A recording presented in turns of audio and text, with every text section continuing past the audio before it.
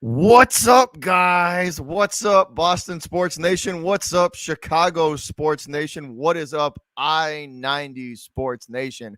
What's up, fellas?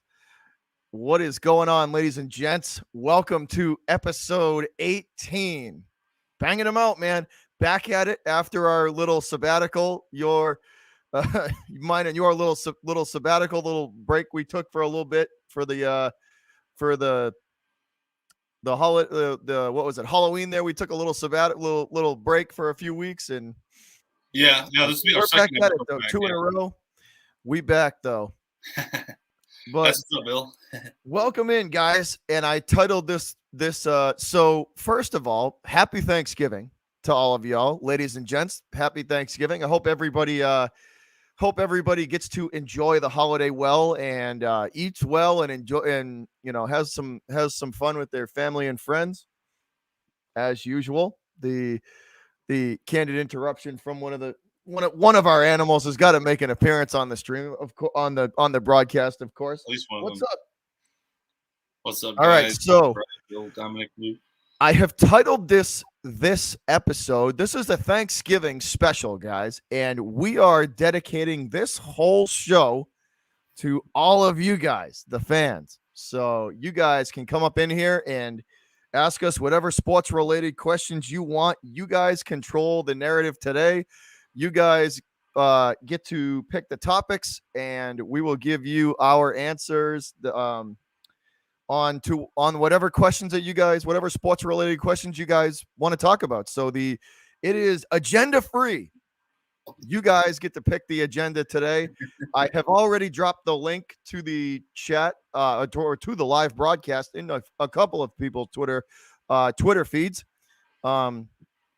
So if they feel so inclined, and we do have our first fan appearance of the evening, a fellow Boston sports native, Cab. What's up, buddy?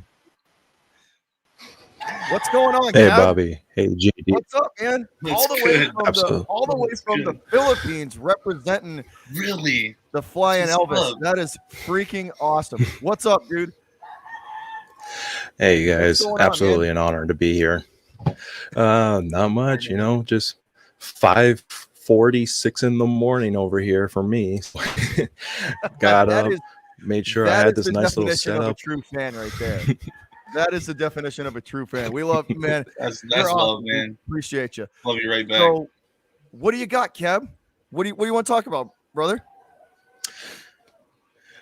Well, I mean, let's just go straight into it. We're all about football right now, and some of the biggest things to be talking about right now is the seedings that are going to be coming up. So just taking the two most important games for the Patriots side, at least, obviously, going up against the Titans, and then Sunday Night Football with the Browns at the Ravens. Patriots take this win, and Browns can actually take a win against the Ravens. Patriots are sitting at the number 1 seed in the AFC.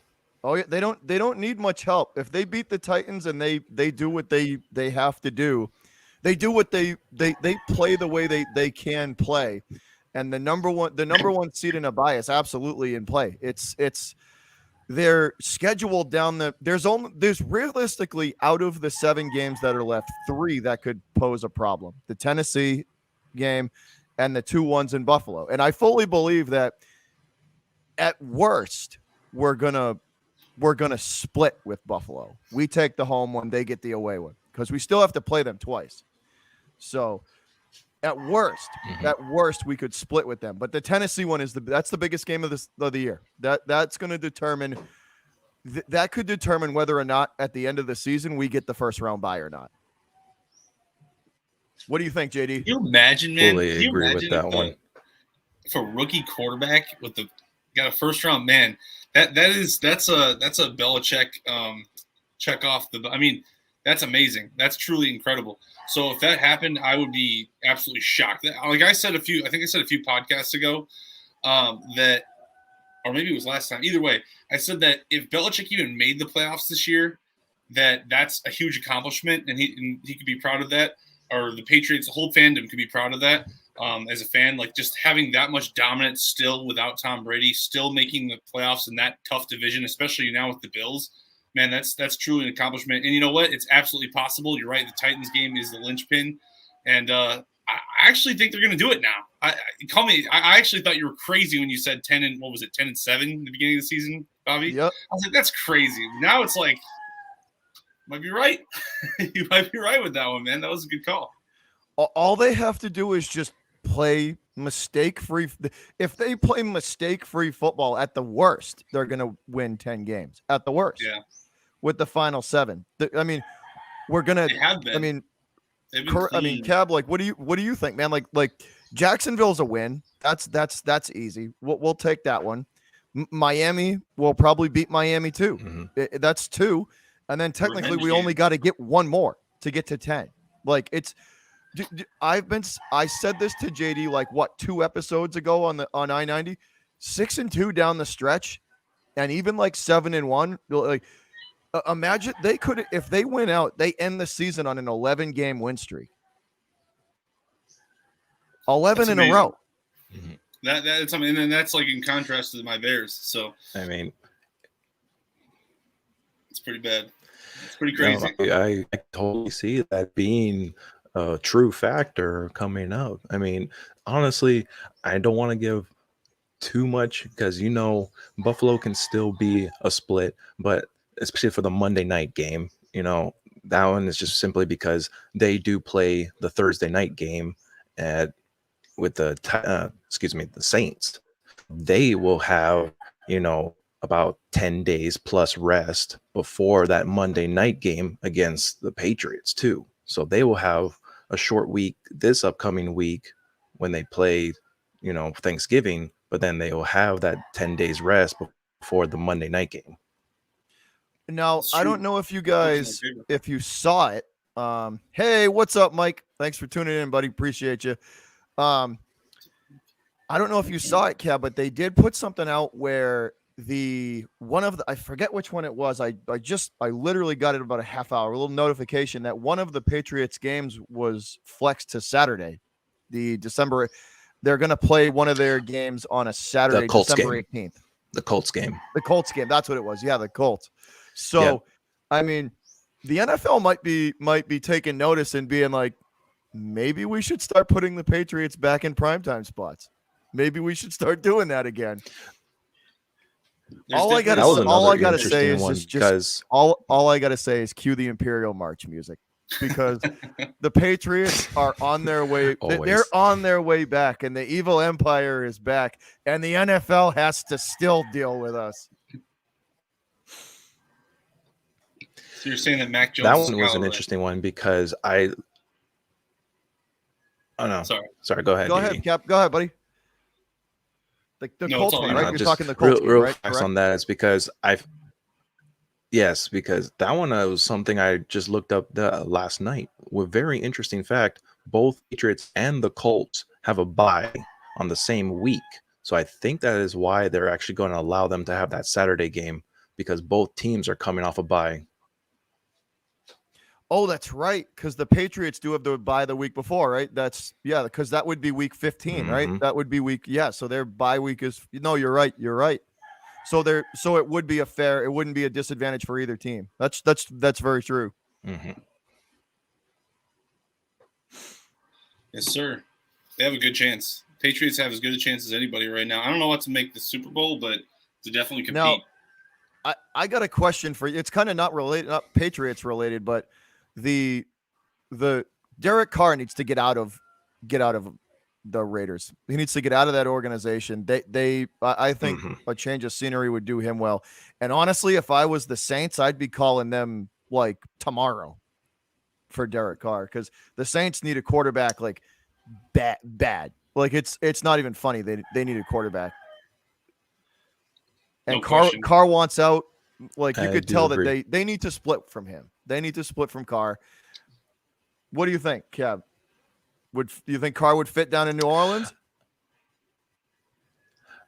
I mean, the way I'm looking at it, by next season, there could be more than 10 QB switchings simply because of like the whole Aaron Rodgers situation, right? We don't even know if he's going to be back in Green Bay. So I could definitely see, Carr going to the Saints. I've been mentioning it just like how a lot of other people who say, who knows? Aaron Rodgers could be going to the Steelers. And of course, the Russell Wilson situation could be a issue where they might want to, or he might want to find a new place for himself as well. So I could see He a should lot leave. of different quarterbacks. Yeah, no, you're right, Roger. The Russell Wilson situation's interesting too. Uh, the, that's an interesting because he should leave too. He should leave. He should go. He's still got plenty of career left that can be played out elsewhere. But like the Saints should be in the quarterback market. They should try and chase down one of those guys, whether it's Aaron Rodgers or Russ or even Deshaun. Even if Deshaun Watson gets cleared, then forget about it. That if he's cleared and all this stuff kind of blows over, the offseason this year is going to be insane. The bidding war that's going to go on for him. That would be the weirdest situation in the history of like free agency. This guy is just like accused of all this stuff, and then like it takes a year and a half for him to be cleared, and he can't even play. That would be nuts. So that would be unprecedented in my opinion. He just doesn't play for a whole year, man. It doesn't get talked about hardly ever anymore either. Like I don't see anything about it. I don't read anything about it. It's just kind of there. Yeah, ever since he's just been kind of sidelined this entire year, he doesn't really get any kind of notifications now because he's just like, he's just a limbo guy, possibly on the trade, and then nothing happened. So he's just there, but without reason to play. Yeah, who knows? Who knows what's going to happen with that? I'm not even sure. That's crazy. It's one of those things. Definitely going to be interesting. Now, like you were saying, the QB market's going to be, with people's contracts running out and with guys wanting out of certain areas, you could definitely, it's going to be a mess at the end of this season. It's going to be wild, especially if you can pry Russ and Rodgers away from their prospective teams. Forget about it, dude. It's wide open. It's wide open. Yeah, but really cool. Green Bay would be smart to listen to Green Bay and Seattle would be smart to listen to offers for both of those guys, because they would get a haul, especially now seeing how like the QB market, like how it's, because the draft class for quarterbacks this year is very slim. I think there's like two or three that are actually even worth like investing time and effort in. So and they're not even like top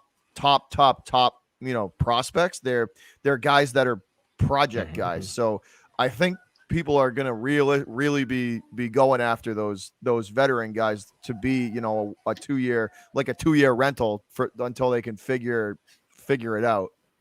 I mean, Russ has more than 2 years, but like Rodgers would be a 2-year rental for somebody. Well, if you're Russ and you got a franchise that is kind of beholden to Pete Carroll, that's the thing that I like worry about. Is like this guy is like in his 70s. The draft market. So like he had this window where he was at USC and he was recruiting and he knew all the recruits and he was just this like he was tuned into all these guys. And now that's almost a decade ago. That was like 8-9 years ago, and he hasn't been even to the playoffs in a few years. So like he had that little window where he was a good coach. And now it seems like he's on the down, and he has like the GM power. Him and the other guy or whatever, John Schneider or something like that. Schneider and him have like ultimate control. The ownership group doesn't care about football at all. So if you're Russell Wilson, you almost have to demand a trade to get out of that situation because they're not going to get rid of you. You're the only reason that they have validation anyway. So, yeah, that is a bad situation for Russell Wilson. I actually think Russell Wilson is in a much, much, much worse situation than Aaron Rodgers. But as a Bears fan, I completely condone, and it excites me that Aaron Rodgers has this drama out there. It's just like, that's great. It's awesome. Like, good. I hope he's angry about things and bitter, and he just leaves. That'd be awesome. So, as a Bears fan, I'm happy about it. But, yeah, for Russell Wilson, I feel bad. I definitely feel bad for him. He's in a no-win situation. Rodgers would probably leave before Russ would. You know what I mean? Which is crazy. which is crazy. Rodgers would probably leave before Russ would, because Russ does have some loyalty to that team. Like, he does like this. He does like Seattle. He likes the area. He's, you know what I mean? He's engrossed in it. Like, it would take a lot to pry either one of those guys. But I do think, like, money could do it for Rodgers. Like, if you offered him the right amount of money, I do think he would leave. I do think he would. If he looked at the money and said, you know, these wide receivers or this team is good enough for me to make a run at it, absolutely he would leave. Russ would be tougher. I think Wilson would be tougher to get out of, because he's still got he could still compete at a high level. Like, Rodgers only has 1 or 2 more seasons, I think, left of that elite level play before it starts to drop off. Mhm. And you're seeing him get hurt more often. You know, I mean, he's banged up now more often. Russ would be that's an interesting one, though. Yes, sir. I think I want to go off on the. Oh, Go ahead, Cap. Go ahead, buddy. oh no, sorry. Yeah, because obviously, like, some of the other names that we were like trying to bring up, which is like the Browns with Baker Mayfield, because he is on that end of his contract year kind of thing. So is there even going to be like a market for someone like, you know, Baker Mayfield? Because, you know, That's you true. could look at some of these other teams like the Lions, who just got Goff, but obviously Goff isn't no answer for them. They seem to fit with Stafford in LA, so they might want to try and keep him around, but he's only a quarterback who may have a couple more years in him as well. So once again, like, and especially with the Saints one, they gave Hill a 5-year contract, and yet they're still going to be looking for another quarterback. So it just shows you like how weird the quarterback situation is going to be for this entire up and coming year, and for all the contracts that are coming up, like the Baker Mayfields and all that. Who is looking to have a quarterback like Baker Mayfield go to any of their teams? Like my dude said over here, if you have 2 quarterbacks, you don't have a quarterback. Yeah, you don't have a quarterback. To me, Baker Mayfield's not a quarterback. He's not a starter in this league. I know that's a little harsh, but I mean, well, it's like this. There's like a bubble, right? It's like there's this like window of like 10 or 12 to 10 to 15 guys that are like definitely a starter for sure, no question. Baker's not one of those guys. You know what I mean? Like, Derek Carr is for sure a starter in this league. Aaron Rodgers, obviously, Tom Brady, Russell Wilson. We probably go down the list pretty fast, but yeah, Baker's not one of the guys. To me, he's not. He's just he. You know what it is? He misses too many easy throws. It's like Trubisky. Trubisky has a lot of talent, but then you miss all these easy, like, 5-yard in routes and stuff like that, and then you just like screw your team. It's like for every 40-yard bomb that you make, okay, sure, it's pretty, but then you miss those. It's like you got to look at the full tape. You got to look at every throw, not just the pretty ones. You know what I mean? That's the way I see it. Yeah, not the ones that just show up on the highlights. Yeah, where the like, where you need to hit those like a 3rd and 8 that you need to convert, and he'll sail it over a guy's head, and it's a drive killer that just it's a momentum killer. He can never. I completely get it. I do. He might need it. He might need to get out of Cleveland too. Like, they just, for some reason, that system has never picked quarterbacks well. Like, how many they've gone through? What, like 18 quarterbacks now? They just have not been able to get that position right. The best I see Baker Mayfield becoming is a Kirk Cousins, but the difference between Baker Mayfield and Kirk Cousins is Kirk Cousins does the easy things really, really well. He does all the little things really, really well. The problem with Kirk Cousins is he doesn't make those really clutch, awesome throws, but neither does Baker. So to me, he's not even as good as Kirk Cousins. Baker isn't. To me, but that's just my opinion. No, that is a good like the ceiling for Mayfield would be Kirk Cousins. I could see that. I could see that. He could be maybe someday, but even that isn't that impressive. So I don't know. There's still one thing I remember watching. Matt Nagy is fired. Oh, sorry, I didn't interrupt you. But I was asked to confirm in the chat if Matt Nagy's fired. I can't do that yet. I'm going to look into it, but I can't confirm that he was fired yet. But anyway, I've been trying to confirm it, and it's so far nothing. Nothing has been like set in stone. I've heard like a couple of like the fake Adam Schefter like a thing snippet like a snippet that I had read up on, which came up like at least 2 or 3 times since I saw it, was they are expecting to fire him after Thanksgiving. So, here's your turkey, now get stuffed. No, pack your stuff and see you later. That's rough. But like, that's as far I heard. Have a nice Thanksgiving. Here's a bus ticket home. See you later. The report says exactly what you just said. The report says that he will coach his last game on Thanksgiving. So I don't know if that means that, like, if he loses against the Lions, then he'll be fired. Because if that's the case, I would be shocked if that wasn't the case. The Lions have not won a game yet. So if you don't beat the tar out of the Lions, then yeah, you should be fired. But I don't really know. I feel like that's going to be an easy win. So if we win the game and he's still fired, that'd be really strange. So I feel like if you're going to fire him, just fire him. Let Bill Lazar be the interim coach and then find a new coach.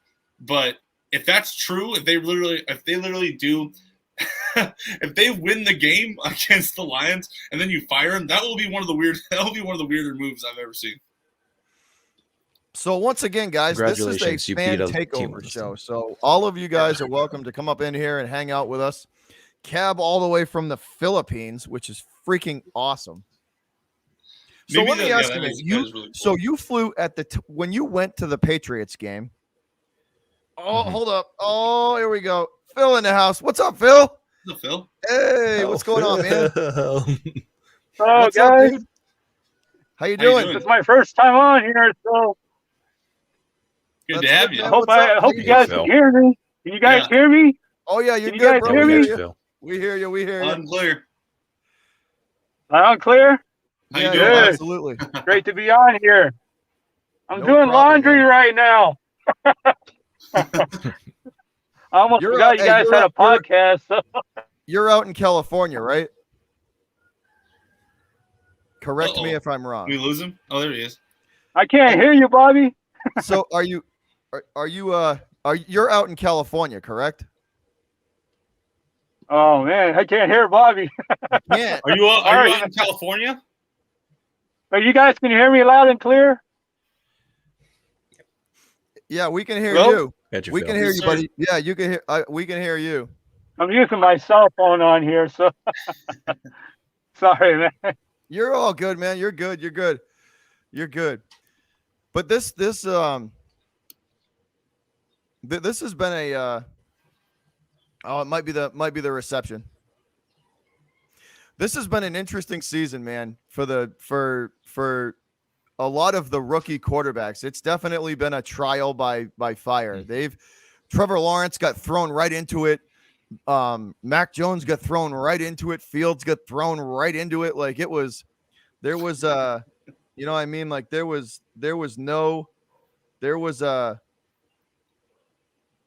hold on. Let me do yeah, that. There was very little time for Yeah, transition time. Wi-Fi. Yeah, I think you might have lost connection there for a little bit, but that's okay. Good to have Yeah, I'll try again here. If not, I'll be in the chat. It's fine, man. You're good. Hey, Cal, what's the weather like? Oh, I can hear you a little bit better. I can hear you a little bit better, Bobby, but there you still, go. it's not clear enough. How's the weather in the Philippines? Trying to adjust it. This is my first time, so just bear with me. Sunny and hot. You're good, bro. Sorry about that, guys. I'm kind of jealous of you. It's sunny and It's good to hear you guys. Sunny and nice. Good to hear you guys. That's good, man. All the way from California. That's good. It's yeah. You said sunny and nice. I'm jealous. It was like 38 today. It's freezing here. Yeah, it's pretty cold up here too. Up here in Wisconsin. It is Damien cold. in the house. What's up, Damien? What's up, buddy? What's up? What's up? Hey, Damien. Go Bears. What's going on, man? Yeah. So Not really, but okay. You're a Bears fan too, right? Along with JD, right? You're a Bears fan, right? Unfortunately, yes. So let me ask Hold you. on. So let me ask you. Man, I know how JD's feeling about the Bears. Oh yeah, you guys know about that. What do you think so far, man? What do you think about Fields and the Bears and all in that situation that's going on? Fields is is definitely the guy. I feel this is the one. This is the final one we got. But the problem is our O-line sucks like shit. Preach. Yeah. The defense is went from 10 to 5. Well, no, 10 to 15.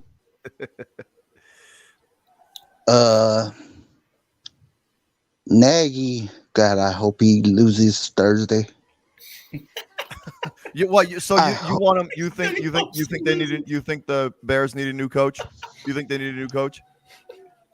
We need a new owner. God damn it! We need a new owner. So let's talk about that for a second. Can I touch on that? Yeah. Go for it. So this is actually something I was going to bring up in the podcast, but I definitely was happy when we brought it to fans. But since he said that, I want to throw it in here. So I was reading a bunch of blogs and I'm just always reading stuff about Chicago and everything like that. I'm always interested, and like there apparently Jeff Bezos, Amazon Jeff Bezos, was touring Hallis Hall and the new dog track that they bought. And there was another rumor that the McCaskies wanted to sell this. What does that mean? So we're going to get Jeff Bezos, man, the Amazon guy, the New World developer? Are we going to get that guy? Well, if that's the case, then you're going to have like an unlimited supply of money. So watch out. If that's the case, there's a okay. Look, if they sell the team, that's good. But there's a problem. If that happens, we're going to turn into the Ford family. The what family? The Ford family. So he thinks they're going to be more concerned about money making than winning. You think yes. So? Why is that? Yes. Yeah, break that down for me. Why you think because it's Amazon. Amazon makes money. So so he thinks it's going to be like the Lions. He's more of a businessman. Let me break this down for you though. So like the McCaskey family, they got like $2 billion, right? Roughly in and out of the outside of the business, right? So and like that sounds like, oh, that's a lot of money, right? Jeff Bezos has he makes like $1 billion every other week. So like he's like 250 billion or something like that. It goes up and down depending on what he invests in. So that's like so in the Caskey family, that's like a drop in the bucket for him. Like I know there's rich, but there's rich. You know what I mean? So yeah, he might for him, the Bears would be like a ring, you know what I mean, or a necklace. It'd be just something he just sports, you know what I mean, because he's that rich. Look, if you want to get this team a championship, give it to somebody who believes in this team, who believes in the franchise. Someone like the Payton family. Chicago to be successful are there. Give it to the Paytons. Oh, Walter Payton. Yeah, give him like a role in the organization or something, or an ownership. Yeah, that'd be kind of cool. That'd be interesting. I wonder if they do have something like that. I don't even know. Are they involved with the Bears at all? The pieces for Chicago to be successful are there. They definitely are. They have a solid D. They have the quarterback in place. They just have to get some protection around him and give him some people to throw to. I think it's got to be this draft has got to be cornerbacks, offensive linemen first, then quarterbacks and receivers. That's it. Yeah. We don't need anything else. We have plenty of linebackers. The O-line and receiver is a must. It's you got to start. You got your franchise guy. Now you got to surround him with some pieces. I don't know. I'm starting to think we're gonna need another wide receiver too. Yeah. So Bill Bill in the chat, in the live chat, he said Mac is done in Chicago. Well, if that's so, would you? So here's a question for my resident Chicago Bears fans.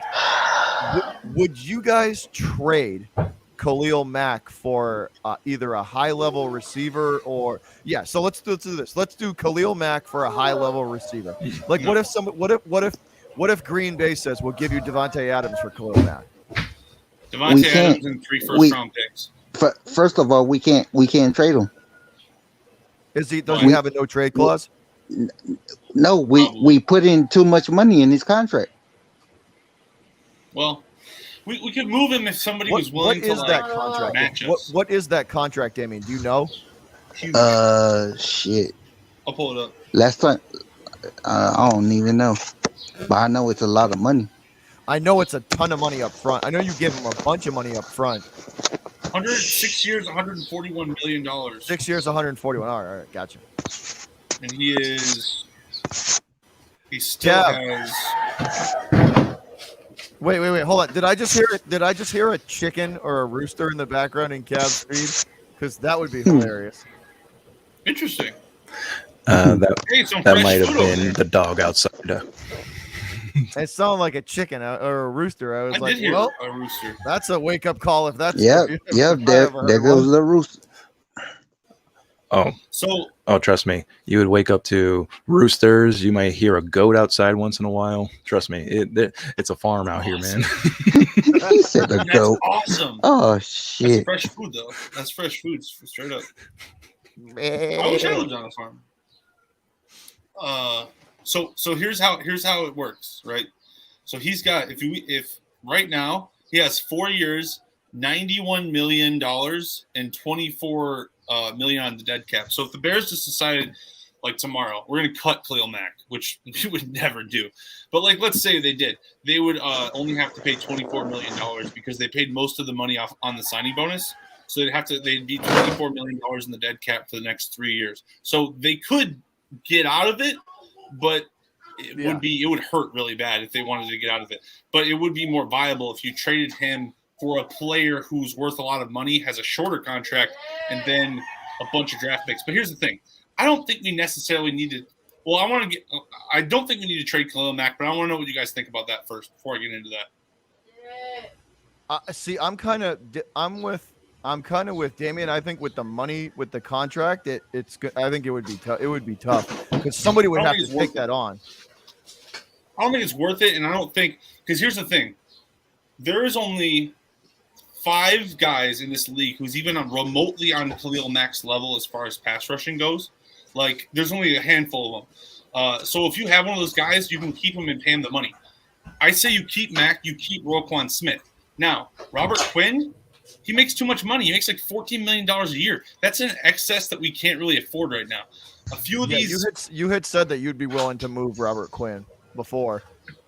He's old. I'd be willing to cut Robert Quinn if we need to. I don't want to, but if we have to, I would. Another thing is, what is it? There's another guy I'm thinking of it. There's another guy in the defense who makes way too much money. I'm blanking on who it is. I'll have to look it up. But there's a few guys in that defense that you could get rid of. I could think of one person, but Bears fans, they're not going to like it. Who's that? Akeem Hicks.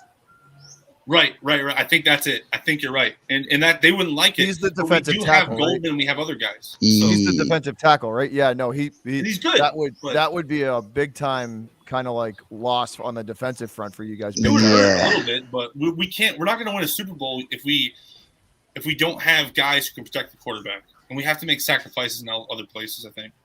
Absolutely. So, so I got a question for Cab there. So, hey, buddy, it's Mini-Me. Hey, that's what's up. It's a future Patriot fan. There you go. The future generation of Pat's Nation. There we go. So, Cab, when did you? So you made it out. You made it out to Gillette, actually, right? You flew from Hawaii, right? Yes. That was October of 2012. Who did you get to see him play?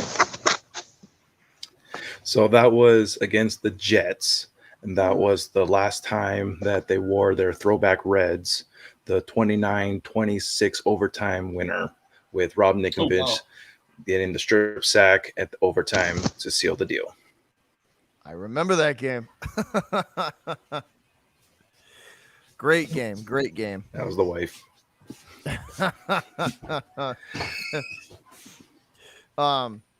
But that's awesome, man. So you made it out here. You got to see him play. That's pretty cool, man. That's awesome. How was that? Was that did you like coming? Did you like going to Gillette and watching the game? And I'm gonna sound like such a complainer for this kind of stuff because obviously born and raised in Hawaii, I'm not used to the cold weather. So even October over there, when it's hitting just like mid 50s at night, I'm like double sweater, double socks, long underwear, sweatpants. Heck, I bought a He pair looked like of the Stay gloves Puft to the Marshmallow game Man with just a because I was like, patch I don't want my jersey on. hand to Cold up freeze. there, huh? Yeah, it's not. I was just gonna say it's probably But- not what you're used to. It was probably 40 degrees at the time. That's awesome, That's though, awesome, man. But I love that That's game. awesome that you got to make it out. That you got to. Well, hopefully you get to go again. Hopefully the opportunity rolls around and you get to come back out here. I want the NFL to have It was very 4 teams in other places in the world too. Like I am pro Jaguars in London. You know what I mean? I want all of it. I want, you know what I mean? I want all of it. I'm here for it. So yeah. So let's talk to the fans a little bit, JD. I'll talk to Gab, and then you can talk to Damian there. So, what was your Cab? Give me your 5 favorite Patriots of all time. Ooh. So no particular order. No I would particular say, order. Doesn't have to be in order. Just your top 5 favorite Patriots. Mr. Patriot himself, the reason why I became a fan, Troy Brown. Nice. Good pick. Ty Law.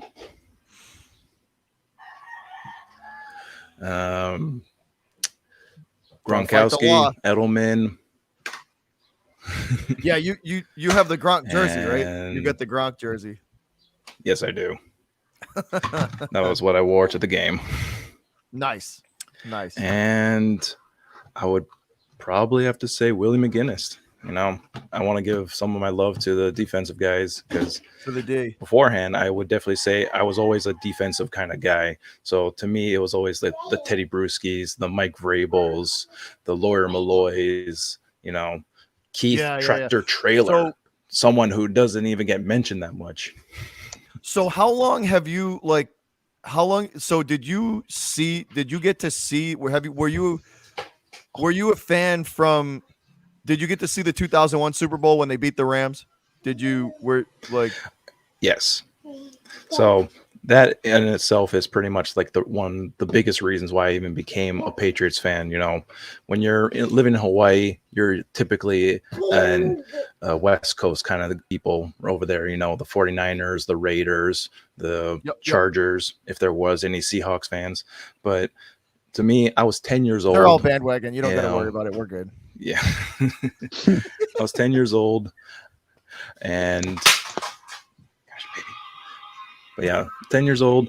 It was right after 9/11 happened. And to me, like the word Patriot really decided to define why I really started to like the team, especially after watching them win the Super Bowl. That was one of those big reasons why I said, you know, hey, Mom, you know, as a 10-year-old, what is a Patriot? A person that loves, serves, and is dedicated to their country. And when everyone's flying an American flag during that time period, the word Patriot meant more to me than just the actual team itself. Yeah. That's a good reason. That's a pretty good reason. I like that reason for sure. I just grew up in West Chicago. That's it. I like that. That's a good one. So I got one more. I got one last one before we can talk about. What was your out of the 6? What was your favorite? Which one was your favorite? Falcons. The Falcons come from behind. Oh yeah. Man, not to throw some beans out there right now, but man, that was a time period where I was just like, okay, this is not working. This is not working. Nope, this isn't working. I can't calm myself down. I can't feel happy. And then all of a sudden the comeback happens. So being completely blitzed out of my mind and then having to see that overtime win, I was just like, this is the greatest thing ever. I never I never 100% lost hope, but I just remember sitting there at half just being like, they got one hell of a hole to dig out of. And it all like they got one hell of a hole to dig out of. And they what just gives me goosebumps. I'm sorry, but what gives me goosebumps was is the mic'd up Tom Brady, where he said, "This is going to be a hell of a comeback, boys. This is going to be a hell of a comeback." When it was 28-3, it's like, dude. Well, the message on the Julian. sidelines was the mic'd up stuff was awesome because you could it was just chip away. Every time the offense came back to the sidelines, it was chip away. Points here, just keep chipping away. When they tied it, and when they tied it at the end of regulation, I was like, they're done. We're winning this game. I don't care who gets the football. We're winning this game. Yep. And then they won the coin toss, and I was like, oh, it's over. It's so over. It's done. Like, put it in. Like that Edelman catch. Oh my God. The Edelman catch, and you could hear him on the mic'd up yelling, "I caught it! I caught it! I caught it!" That was freaking awesome. No, you didn't. Yeah, I did. I caught it! I swear. No, look. Yeah, no, look. And then he's pointing at he's telling the Falcons guy, the defender, to go look at the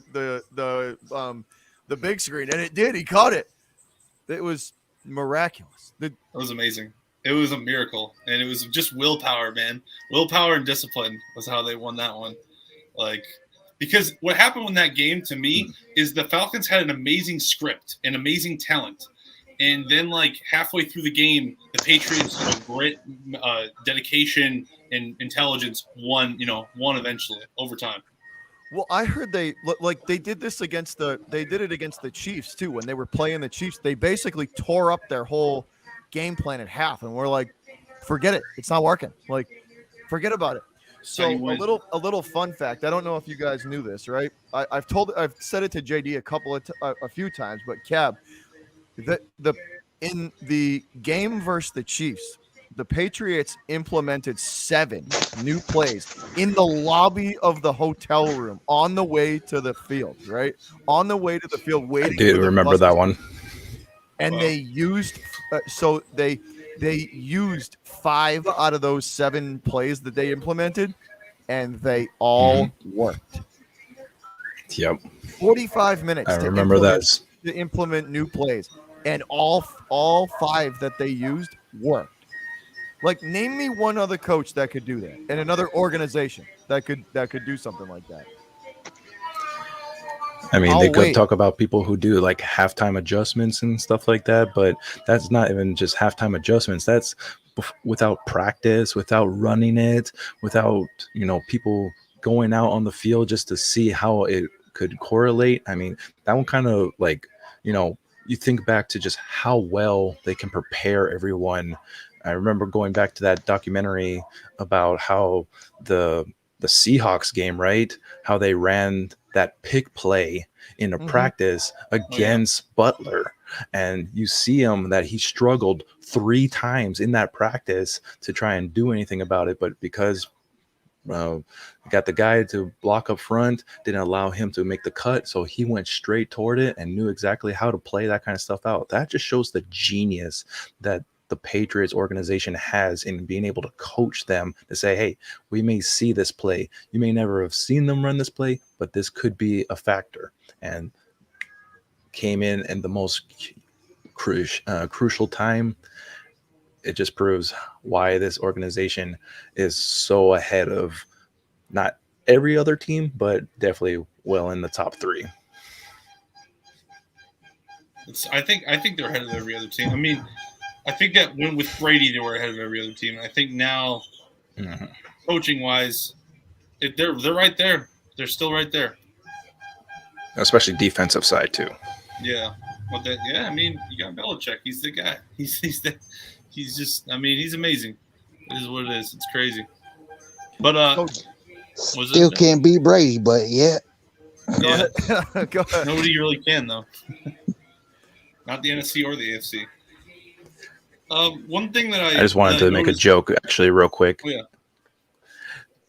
Just wanted to make a joke. The dad joke. Just because I was thinking about it. Go ahead, brother. You're good. Go for it. We're all ears. If if Jeff Bezos ended up actually buying the Bears because they were looking to possibly get a new stadium, would it be called Prime Stadium? Yes, I'm sure it would. I bet you it would.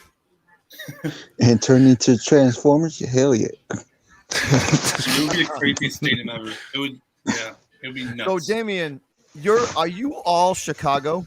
Yes, I am. You're all Chicago. All right. So in order, what are the sports? So what's your favorite in order of the other sports leagues? Well, I'm gonna have to go with the first one, since I only seen the championships there. The Bulls, White Sox, yeah, Blackhawks, and then the Bears. And then the Bears. Okay, so you like basketball, hockey, and then football behind it, right? Yeah. The Blackhawks, a little, they burned my ass a little bit. I'm not. You know what I'm talking about. Fucking 2013. 2013. Fuck. Cab just said it. God damn it, 2013. Got him. Tuukka Rask don't even, bro. I could throw things over that series. 2 goals in less than 50 seconds. 2 goals in 50 seconds. I will say that though, that the first one was a freaking laser beam. There was no. I don't even think one of the best goalies in the leagues could have stopped that first one. The second one, that little leaker, the little 5-hole right in between the legs. Oh, that one got me. I wanted to throw stuff at that one. I couldn't. Oh, but they got us though. I'm at work and I'm in my van. They got him. Did you get to go to the parade, Damien? Did you go to the parade for that? I one? was. No, I was actually. What was it? Oh, I was at school at the time. Oh, you were? All right. Yeah. So at least you got to see a champion. Did you? So you probably were you too young for the Bulls championships, or did you get to see any of those, or no? Well, I was born in '92, so I saw all of them actually. Oh, did you? Okay, cool. All right. Yeah. Yeah. Didn't get to see the Bears, but saw the Bulls. From a Celtics perspective, man, Jordan, that dude is. I mean, even like being a Celtic fan growing up, he's the GOAT. Jordan is like watching, like, I mean, me and JD got to watch him in his we got to see his prime, he was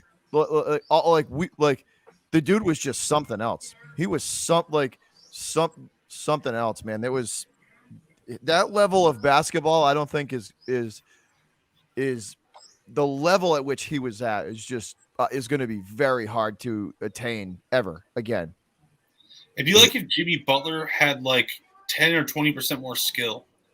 That's like what Jordan had, man. Like that intensity, that drive, that willpower. But he had more, like he could just score. Jimmy Butler, he sometimes struggles, you know what I mean? But he has all that same like two-way ability. And I mean, even a guy like Jimmy Butler, you can carry you to the finals. A guy like Jordan can win 6 in a row. I mean, that just tells you the difference in a guy like that. Like once you get to that top tier, cream rises to the top. I mean, it's just that's how it works. Shoot. So who's your favorite? Who's your favorite player on each team, Damien? Who's your favorite player on each team? Damn.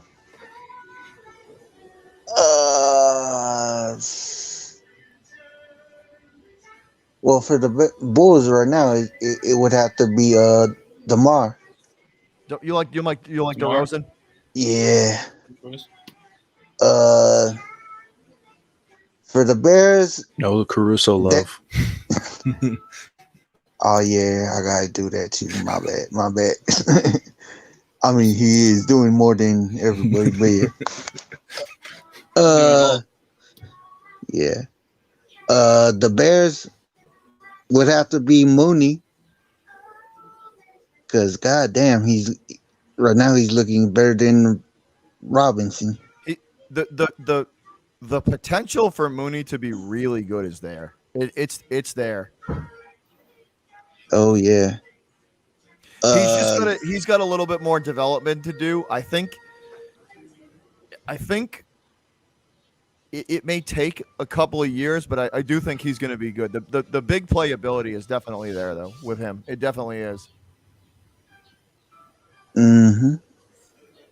Let's see. Well, the White Sox, I don't know. I'll have to look at that one. I haven't really seen them. Shit. Oh no. Oh, OG in the house. What's up, OG? Hey, how's it going, man? What's up, man?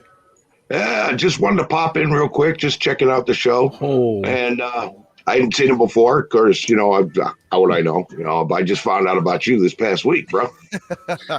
So this is a fan takeover, bro. We're having a fan takeover today. So, Okay. So this is interesting. So let's back it up a little old school then. So since we're talking OG, Mm-hmm. so the rivalry going back for the between us back in the early 2000s there, because 1970. No, it was 1975, 76 season. Oh, We so would you have want to go way undefeated back. if it weren't for you guys. But fortunately, we got you in the first round of the playoffs and took you out of it before we went and crushed Minnesota. Let's go way back then. All right.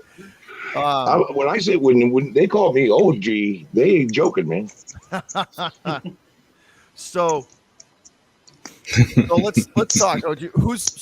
Let's go back and who's your all-time favorite Raider? Well, one of my all-time favorite Raiders, a guy named Jim Plunkett. I believe he played for you guys. He did. No, I've always been a defensive guy. I love Matuzak, Lyle Elzado, Howie Long, those kind of guys, you know. Mm-hmm. Absolutely. Now, what did you think when the Raiders made the Super Bowl there? What did you think of that team? Coming from coming from the kind of smash mouth history that the Raiders have had, and just that, I think they kind of were able to recapture some of that old school, hard nosed, hard hitting, that because that D was, when they made the Super Bowl, that defense was legit. They were good. They were real good. Oh yeah. Well, let's just put it this way: a lot of these stupid rules that we all hate are in place because, well, pretty much the Raiders. No kidding. And the Bears. Oh no, dude. There's a few, but you have no idea. I mean, like, I wouldn't. spearing. Well, it used to be called spearing. When the guy's on the ground, you run up and hit him with everything you got. I did see a documentary. The Raiders did have it over, and the Steelers too. They had that one guy with the. It was those spears, old school smash mouth, hard hitting deep, like those just take no prisoner defenses in the 70s. That I mean, you couldn't wrap plaster of Paris around your hands anymore. No more stick 'em. No more forward fumbles. That's all us. Well, just the recent rule changes too. Like it's all they're. I mean, like look at the pass interferences and the taunting. And all the, you know what I mean? Oh like the pass interferences God. and the roughing the pat. Like taunting. You can't even.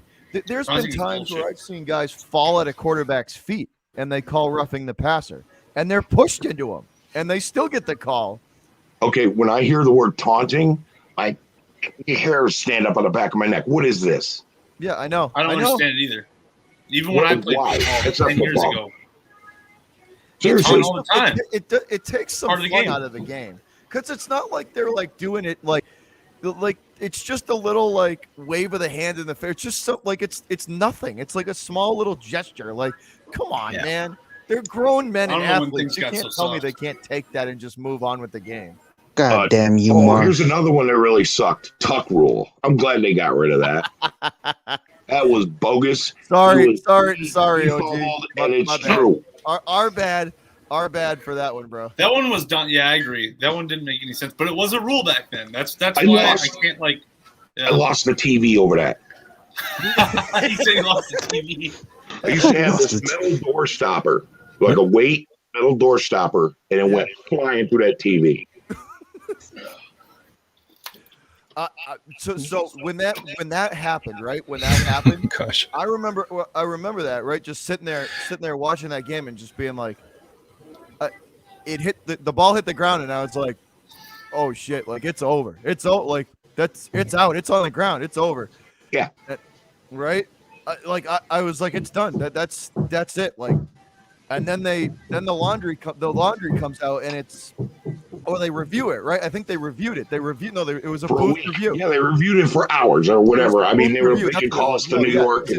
I remember it taking forever. It was like a 10-minute review. So they reviewed it, and then like the explanation was the tuck rule, and I remember sitting there going, "What the hell is that? Is the tuck rule? Like, what the hell is a tuck rule? What is this?" And then they explained it, and it's like, well, I'll take it. I mean, I get like, it's the first time I think I've ever seen them call that, like ever. Yeah, it was a little weird. You know, it's a very interesting thing because I can actually attest to that one because there was actually. Go ahead. Go ahead. I just wanted to make a point on that to say that there was one other time that actually that play, the tuck rule, was actually called earlier that season in a Jets and Patriots game that favored the Jets. Oh no, you're right. So no, you're right. It actually was a call that was made. You're right. They did. They gave the Jets the ball back. You're right. To me, a fumble's a fumble. But I'm used to it. It was a made-up rule to a lot of other people. Woodson interviews that when they ask him about it, it's he's funny, dude. He's like, come on, man, it was a fumble, and he goes, I'm gonna ask Tom Brady when he retires and he gets into. He goes, I'm gonna ask. It was like, I'm gonna get him to admit it. He's hilarious about it. He's funny about it. He's like, it came out and he knows it. Give me his ring. He's gonna give me Giselle. Didn't Charles Woodson ask him that or something like that? And he got all defensive. He's like, they asked Woodson about it, and he's like, come on, man, of course it came out. What are you talking about? Yeah, that was awful.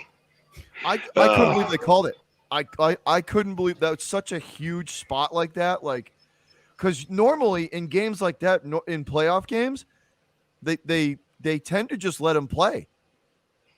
They tend to just let him play. You know, like playoff games, they kind of keep the flags in the pockets. You know, like it's not if it's the Raiders. Not if it's the Raiders. Okay. See Franco Harris and immaculate reception where a ball touched the ground. I did hear about that. Dead. I heard about that. Harris. My dad's we're keeping the flag in the pocket for the Saints and the Rams game. Oh yeah, that was another travesty. That one was crazy. And they even admitted that they made excuse me. They admitted that they made a mistake. How can you blow a call that big too? How can you blow a call that big? Like on such a massive spot, like you blow this year in particular. Last year it was bad.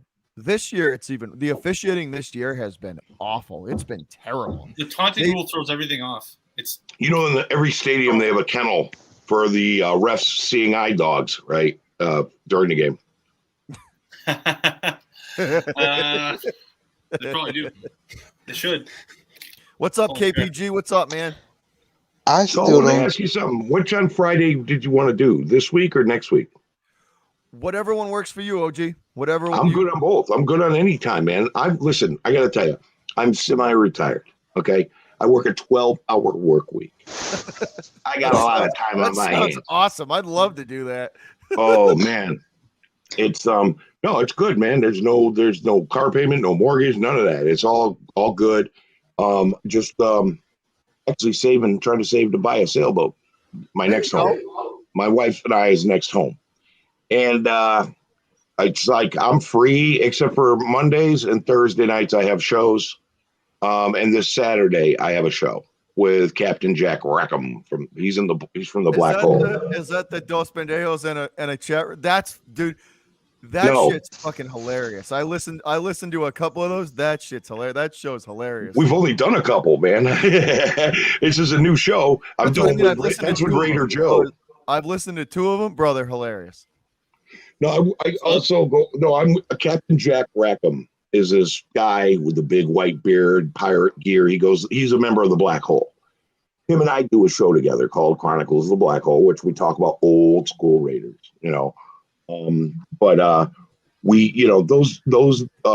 still working up the night for that one. It's been bouncing around a little bit, but Mondays and Thursdays are the Dos Pendejos in the chat room. Mondays are on my channel. Thursdays are on Raider Joe's channel. And we get a little out of control, It's funny though, man. They're good. But so let's see. I'll call you, but let's plan on this Friday, and I'll call you with a time that works. Right. Friday. Let's see what I got going on. Nothing. I'm off this week. Very nice. I'll be scarfing down leftovers on Friday. Like everybody else. I'll give you a call. I'll give you a call, and we'll work something out for sure. Okay. I sent you my number, so. Yeah, I got you. Yeah. But so, JD. Yes, sir. See a few things in the chat. What's up? Oh, I saw that on the chat. High Life says Jets need to rehire Rex Ryan. Can't do much worse. Well, so we were talking about the Raiders a little earlier there, OG. I missed that part. Like when we kind of first started the show out. Do you Oh yeah. So you're a Raider fan. So does Carr need to change the scenery? Do you think you need to move on from him, or do you want to hang on to him and keep going with him? Okay, first of all, Derek Carr already said, I'm not going anywhere. I'll retire. I'm a Raiders fan. I grew up a Raiders fan. I've been a Raiders fan for 20 years. Okay, so he wants. So he's not even tradable. Not even tradable unless we do it this year. This is the last year of his contract. In which case he'd retire.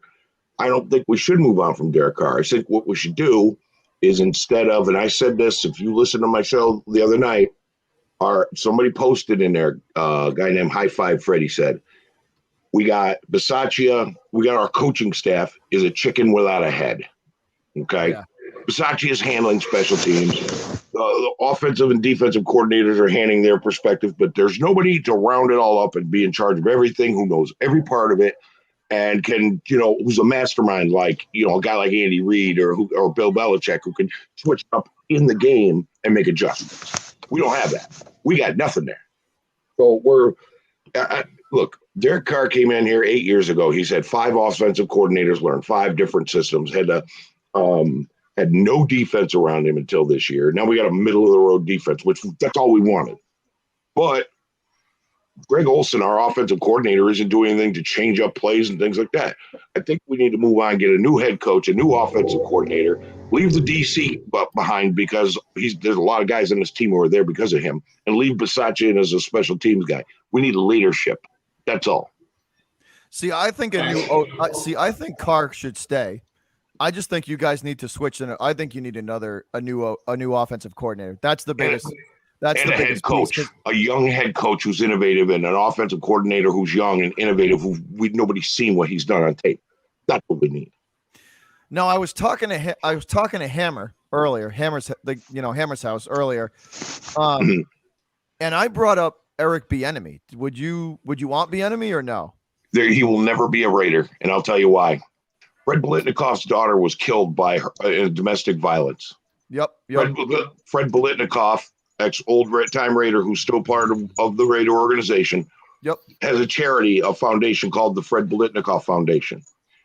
Him and Mark Davis are good friends. Mark Davis will not allow anybody with a history of domestic violence on the team. And Bieniemy has that. He's never going to be a Raider. See, that's the same. That's what Hammer did. See, I did not know that. I didn't know that there is a history there. Yeah, in Colorado. That's interesting. Yeah, we don't touch those. Yeah. All right. Can I ask this? Yeah. Go ahead. All right. So Cause earlier today we seen that Jason Garrett got fired. Yep. Would you guys want Jason Garrett? OG, do you want the clapper, bro? Do you want the clapper? That's a big no. And I made a joke about that on Hammer's channel today because he did a live. And I said, "Oh, great! There's their next head coach." And these guys are all like, "No." Jason Garrett he's a very primitive coach. I mean, really, he got schooled by Kellen Moore. Like, that's the reason why he doesn't have a job anymore, is because Kellen Moore came into the Dallas Cowboys organization and just started like writing up new plays and being better than him. And what's Jerry Jones looks at Garrett and goes, you know, what do I have you here for? Like, I mean, it's kind of like the Phil Simms being replaced by Tony Romo. It's very similar in that way. Only obviously that's commentators. Well, I think you hit it too. I think you hit it too there, JD. I think he's just too plain, like too vanilla, too I'm like Yep. like Gruden. Well, he's too he's too plain. Like he's not like you, OG, like you said. Like you guys need like an innovative, offensive-minded guy to go in there and be like, we're gonna let this dude do his thing. You know what I mean? Like we're gonna surround Derek Carr with as much as we can. We're gonna roll. You know, like just like an offensive-minded guy. And I think a change of but. It would be interesting. Like we were talking about the QB market earlier too, and Carr leaving or staying, and just possible guys who could leave teams, and that's if the Raiders got a new offensive coordinator, they're in. I think you guys' biggest problem is OC and offensive line. If you can shore up. If you can shore up you get a new OC and you get a better offensive line, I think it would do the team wonders. And a lot of you guys aren't going to understand this, but when I was a kid, when you'd rip your pants, your mom would sew a patch on there. Yeah. Well, you ripped it 5 or 6 times. You had these patch pants. Okay. Yeah. And that's our offensive line. Yeah. It's a lot of Band-Aids. Okay. Richie Incognito has been a 2-year welfare case for our team. He got hurt week 2 of last year. He hasn't played since. Okay. Yeah, he's got to go. He's 38 years old. He's got to go. We got to find some good and you offensive linemen. The problem is it takes 3 years for him to develop. You got to go get some free agents to fill in those spots in the offensive line that are lacking. Yeah. Yeah. No, absolutely. So I think you can win a Super Bowl with Derek Carr. That's my opinion, at least. Now let me ask to win 3 or 4. I want to get all of you guys' opinion. Cab, OG, Damien. So here's me and JD have talked about this a couple of times before, but I'd be curious to know what you guys think. But do you get your quarterback first? Do you get your franchise quarterback first and let him suffer through the rebuild of the team, or do you rebuild the team and then go get your quarterback? Which way would you do it? I'll start with OG and we'll go OG, Damien, and up to Cab. Rebuild your team around the quarterback you got, and then when it's time to him a couple of year or two before he retires, get the best quarterback you can get in the draft and make him carry a clipboard. Well, they don't do that anymore. They kept those little pads now. But sorry. So you're saying build the team first, right? Team first, then quarterback out. Build that offensive line. Let Derek Carr roll.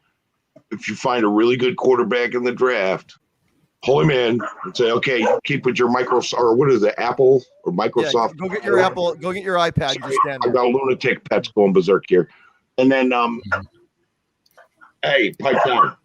Anyway, I say build the team and then go get that quarterback and then see what your quarterback can do. If he can do it, great. If he can't, yeah. What about the pasture?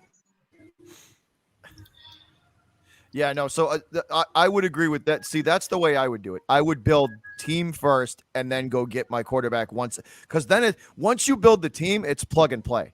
That's how I would do it. Just everything is set, and all you do is just plunk and just drop your guy right in there and say, "Here you go."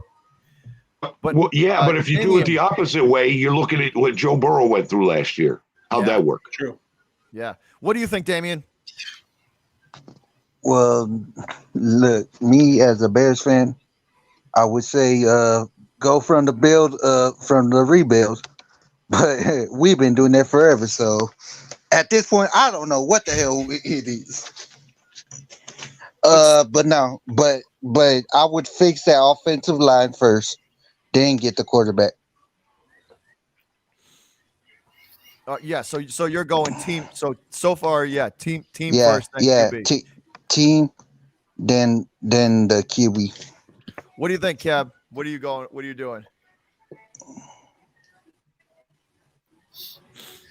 It's got to go with the line with everyone else because I mean, just like how like the Patriots did it, right? They had pretty much a team that was already pretty much set. Went out and besides the COVID year last year, where we had all of our opt-outs, then you bring in all these free agents that helps plug in all the missing pieces, and then boom, we're able to get our Mac Jones, and we allow him to fit into the system nonetheless to make sure that he is actually going to be comfortable, get him adjusted to it. Just like how they say, you can't throw in a rookie quarterback to expect him to greatness. But if you put him around a team that is already set, then he had that much better of a chance. That's why it was so difficult, I think, for like Trevor Lawrence and Zach Wilson, all those guys who just got thrown in without their team really understanding who they are going to be already. And it shows too, like I feel like all of the good organizations build the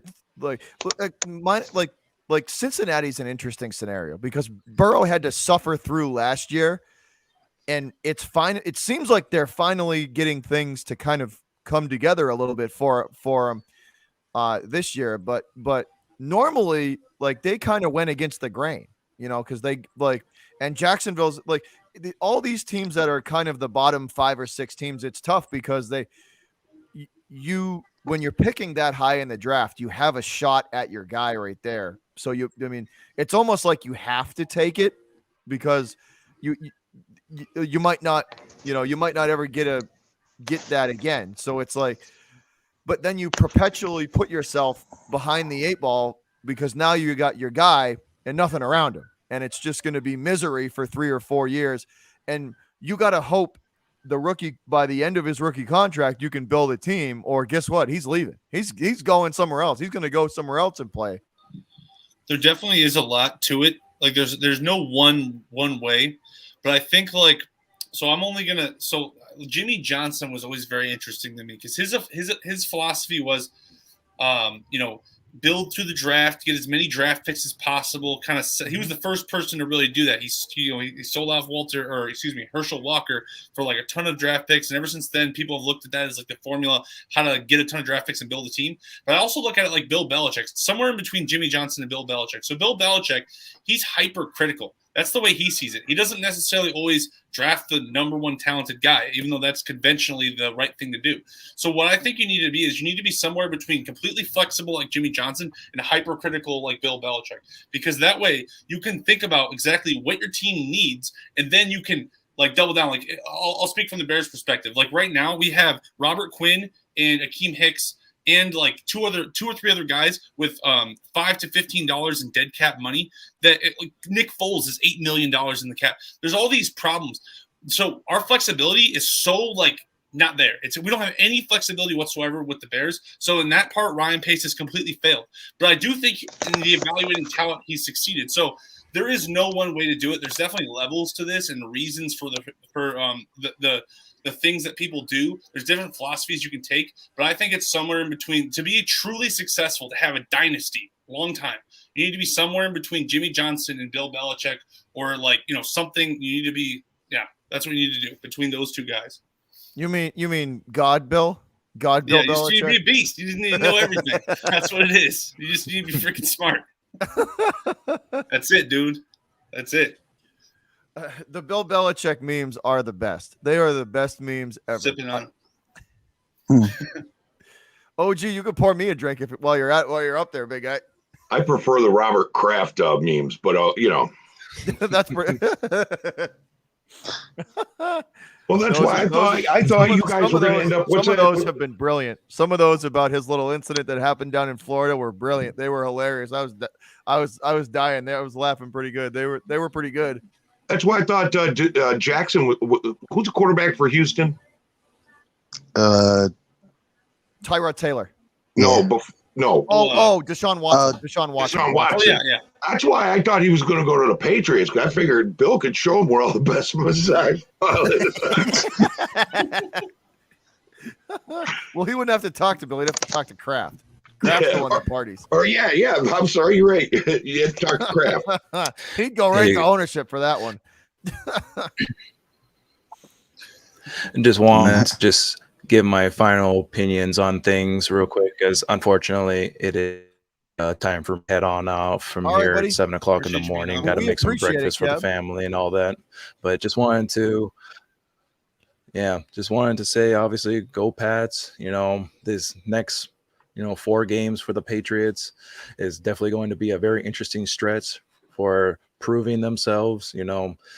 Titans could be a very good game. You obviously got the Bills, and then we have sorry. Then the Colts game is nothing to just shake your head at either. So thank you very much for letting me be on here. I'll see you guys all in the next streams. Hey, much love, Kev. Kev, Good we all job, know. yeah. Every guy knows that look. Every guy knows that look. All right, buddy. We'll see you later. Yeah. Have a good one, buddy. See you later, man. Hey, Kyle Holmes asked me what I was sipping. I drink black. Every guy knows that look. When your girl gives you that look, you leave. You leave. Yep. No, Kyle, I drink Black Patch. It's a type of rum where you can actually still taste a resident of a little bit of the oak barrel that it was aged in. Dude, that sounds pretty good. Sounds pretty good, man. It sounds either really, really good or really, really bad. There you go. Everlasting Black Patch. One or the other. Not sure. Yeah, usually I mix rum with Coke, but I don't know. I mix this with ice. Ice and rum. That's his drink. That's it. I'm with you, High Life. Yeah, I third that statement. I can't, man. I get paranoid. Or both. But so there's the race to the playoffs. I would say in the next 2 weeks is going to probably 2 weeks is going to really start to take shape. I think we're going to start to see in the next after 2 weeks after week 12. I think we're gonna see like, all right, we're gonna start getting a clearer picture of who's wild card, who's gonna be the division leaders. OG, do you think you can sneak in? You think you guys can sneak in? Have you looked at the AFC picture, all the standing? I think you guys can. I think 5-2 down the stretch for you is doable. There's 16 teams in the AFC. Yeah. 4 of them are not in the hunt. That's Miami, the Jets, the Texans, and the Jaguars. Okay. Every other team is within 2 games of each other. Yeah. There's no sneaking. Everyone's trying to sneak. I mean, yeah. I am concerned because you guys' defense has started to pull together better and better. Mac, I mean, he's nickel and dime, and he's doing dink and dunk, but it's working for you guys. He's executing the Patriots system to a T.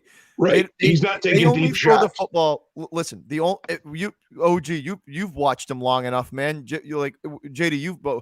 It's the system. It's Damian. You've seen it. You've seen it too throughout the years, dude. They throw the football down the field to back a defense up. They're not a run and gun. They're not a spread them out, throw it deep. It's the middle of the field. The Patriots attack the seams and the middle of the field. Just get 5 or 6. Just get 5 or 6. Efficiency on first and second down. That's what they do. Yeah, and they put themselves in 3rd and short, and then they run it on 3rd and 1, 3rd and 2, and it's all about like their whole philosophy is control the clock and then put points up at the end of drives, whether it's 3 or 6. It's control. It's Belichick would win a game 3-0 and be completely happy about it. You know, he would kick a field goal and then just play defense the whole game and beat you 3-0, and he'd be happier than a pig and shit about it. Like he does that's their system. That's how it's been for ever since he got there. It's just be efficient with the football. You don't have to be that run and gun West Coast offense because they're not built to be like that. They don't have the receivers or the talent to do it. True. It's a team game. And the guys, team game. Yeah, it is a team game. That's right. And you can't be selfish. I think the Raiders can get in, though. I think they can get in. I think they can get in. I'm not sticking a fork in my team. I'm not, because I'm looking at all these other standings going, we're only like 1.5 games out from the number 1 team. That's right. And it's I think 10-7. I think 10-7 is a realistic record for you guys at the end. I think you could go 10-7. I'm seeing 9 and 8 teams though going to be getting into the playoffs, dude. Into the wild card games. I'm not kidding. This is just a crazy year. The Cowboys, you got really good chance. The only losses I think you guys are the only losses that you could potentially take are the Chiefs and the Cowboys. I think. Well, we got the Chargers again. You can beat them. The Chargers, we usually split with them. The Chiefs, we split with them. The Cowboys, I don't know. So far, the AFC West has done pretty good against them. We better oblige them with that. But here's the thing. In the NFC, there's one sneaky good team. You guys, the Patriots are a sneaky team. Everybody's like overlooking them and then crawl to the top of the division. He's sneaking in. The Eagles. Watch the Philadelphia Eagles. No, they've played really. That's interesting. You bring that up because they've played really well the last couple of weeks. Like, they're starting to figure it. They're starting to figure it out a little bit. Their defense is starting to gel. As much as I hate to admit that, because I hate that team, but they are starting to figure some stuff out. I see they beat. I never hated them. We beat them in the Super Bowl. This is true. This is true. How many Super Bowls have you seen, OG? How many Super Bowls have you got to see with the Raiders? Okay, well, my first year as a Raiders fan, as a football fan, started watching football in 1973. In 1974, I kept seeing these evil guys in black, mean, dirty, and I went, okay, that's my team. And I've been a Raiders fan for 47 years. I've seen 4 Super Bowls. 1 we didn't win. 3 that we did. I really think one of the greatest Super Bowl teams of all time was the 81 and through 83 Raiders. And that was back when you could play football. The Raiders in the 70s were no joke, though. Oh no, they were no joke. They were trying to hurt you. That was a team that nobody wanted a piece of in the 70s. They were tough, man. Oh yeah, and the thing is, everybody talks about the great Raiders, and a lot of people don't even realize there's other Raiders that they don't talk about that were great Raiders. A guy named Bob Boomer Brown. Okay, this guy played for the Eagles. He played for a couple other teams. He came to the Raiders. He wrapped his hand up. They do all the tape. They get inspected, and then they go back in the locker room, and then the coaches will start wrapping plaster. And he had a thumb like this. and he would use it, and he said he'd jam it into the good meaty parts up under the pads. No, defensive ends feared him, and so all of a sudden you see him doing it, and now Gene Upshaw's doing it.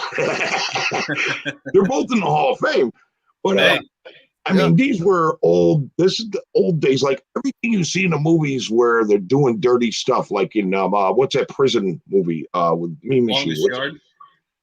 Yeah, a lot of that stuff was stuff that they did that was dirty. It was stuff the Raiders did. That's funny. And the original Longest Yard was in the 70s with Burt Reynolds. But I was just going to say it was the original movie was with Reynolds, right? Burt Reynolds in it, yeah. Yep. He was in the second one too, but he was a different character. What a freaking legend he was. Yeah. But yeah, whenever they pulled those dirty plays, those are things that the Raiders did that are now no longer legal. But see, like you don't get to see, with the way the rule changes are, and me and JD have talked about this a couple of times. With the way the rule changes are, like it's getting harder and harder to play defense in this league. Like how many times these corner, you can't even hand fight anymore as you're going down the field with a receiver. Nope. Like they want this league to be high scoring. They're doing everything they can to make it an offensive league. And so when you get these teams that actually success, when they see success defensively, and you get these low score, like it's getting harder and harder to shut a team out now. Oh, and God forbid you touch a quarterback. Yeah. No, it's And when a receiver or a running back lowers his head when you're about to tackle him, if you lower your head, you get called. Well, the one that I've seen a lot. The one that I've seen a lot of this year is the defensive back the defensive back or linebacker or lineman. They go tackle the quarterback and they put the helmet in the chest and they hit him and the quarterback's head comes down and the face mask hits the helmet and they call helmet to helmet. But if you look at it, the defender is hitting him in the, it's not helmet to helmet. The momentum of him hitting him is bringing his face mask down, down on top of him. And right. It's not a pure helmet to helmet hit. It's not like he's hitting him with the crown of his helmet. It's just, to me, that's a legal hit. You're just hitting the guy hard. You're putting your face mask right in his chest. Right, but the thing is, let's be real. The running back lowers his helmet when he's about to be tackled. He's coming at you, helmet to helmet. You got to lower yourself and protect yourself as a defensive player. Yeah. Now, if you've got Jacobs and you lower your helmet and truck the guy 5 yards, then you get called last year, Houston. Yeah. Great highlight. He got 15 yards. They're closing the box on these guys. You can't trip him. You can't hit his knees. You can't hit him like above the shoulder. You can't, you know what I mean? And there is a way to do that, but these defensive guys they'll get literally rammed into, and they'll just try to do something to whatever, and it just so happens that it went helmet to helmet, and then they'll get called for it or something like that. And I saw it in college too, where a dude literally a wide receiver headbutted another wide receiver. It was a small school, but still. And then they just said it was the defensive guy's fault. It's so obviously a headbutt. Well, you want to get rid of all that? Bring back leather helmets. Oh my God, I've said that 100. Dude, we are on the same page. I've said it 100 times. We should bring back leather or something like it. You know what I mean? Maybe more padding or whatever you want to do. I don't care. But not this you know what I'm saying? This bang. Not a weapon. Remove the weapon and put on the leather helmets. That'll stop. Yes. And then people will guard their own heads. It won't just be it'll be an instinct. It won't be because that's the thing. They're using it as a weapon because it is a weapon. That's the thing. So if you take away the weapon, like you said, then I agree 100%. When I played, I used it as a weapon. It is. If I could ring your ear hole with my crown of my helmet. Yeah, we'll help you out. It's an instinct. It's on your head. Bro, I spent my whole football career as a center and a nose tackle. You know how many defensive tackles and center, how many guys on the opposite end of that I've ear-holed? Yeah. If I've got the opportunity. I played nose tackle in a nickel package.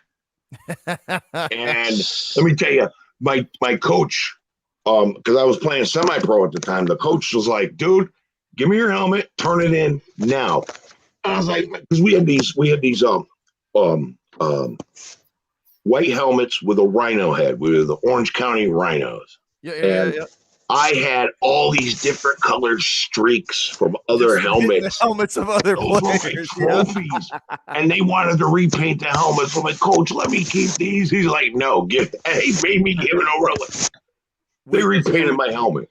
We had the helmets that we had they were all white with a tri stripe down the center. So you could when you played teams with different colored helmets, you would have little battle scars, just little streaks and little battle scars, and we kept them. We kept them, man. It was a badge of honor for us. We wanted those. Those were my trophies, and they repainted my helmet, and I was so pissed. Shit. But it's a different league now, man. It definitely is. It's a different league. They've been trying for years to eliminate. Like, look at the kickoff thing now. How they've managed that over the year. Like, you can't, you know what I mean? Like, you can't form the wedge. You can't do all. You know, there's like, they're doing as much as humanly possible to eliminate like the hard hitting aspect of it. But it's injuries. It's a contact sport, dude. It's a contact sport. They're changing all these rooms except for the one that they need to change, which is that damn stupid overtime rule. The overtime could be better. I definitely could see that. Taunting, you gotta get rid of that. That's gotta go.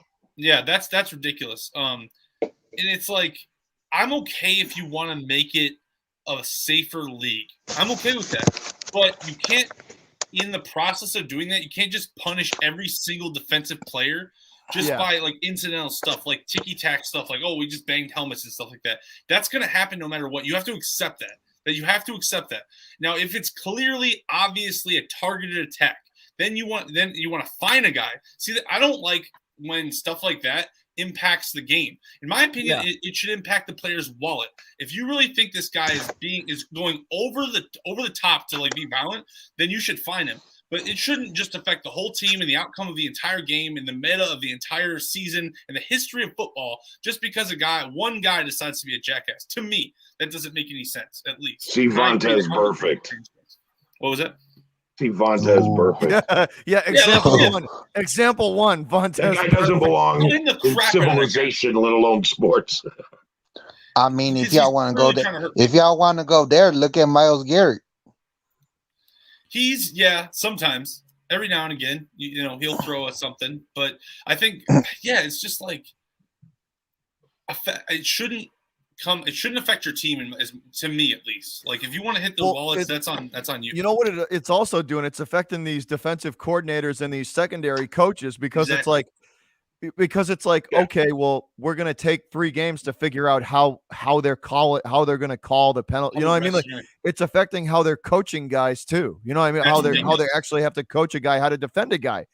Like they come from college and then they get to the NFL and they're like, well, you can't do this, you can't do this, and you can't do this. So different game. You're gonna have to defend him differently now. And the guy from college, you know, the college athlete that's on the NFL team now is like, well, fuck, man, what like. I've been doing that my whole career. Another one calling it that way. Another one calling, you know what I mean? It's just like, oh, this ref calls it this way. We have to play this way today. Dude, screw all that crap. That's you know crazy. what? Baseball is leading the way in this one with calls by robot. Dude, me and you are on the same page. The helmets and the robots, man. I'm telling you. Chips in the helmets. Hey, how many times have I been? How long have I been screaming for robot umps, JD? It should be, dude. It should be. It doesn't make any sense for like a human. Well, my strike zone's right here, but your strikes. It's like, no, you don't get to just. Why do you think everybody hates Al? Why do you think Altuve is so hard to pitch to? That little freaking Smurf. His strike zone's the size of like a dinner plate. Right. But again, they need to do that with football. Put chips in the ball, put lasers across the goal line, put chips in the helmets, put chips in everything. And it's chips. You can't tell me that they don't have the technology to put sew like a microchip in the football and tell if it crosses, like, you know what I mean? Like a laser, like you were saying, OG, like you can't tell me that they can't put they can't glue some kind of microchip in a football, put air in it, and then have like a laser going across the goal line. And if it crosses, put it in both tips. Put it in both tips. Okay. Put it in knee pads. Put it in thigh pads. Put it in shoulder pads. Put it in helmets.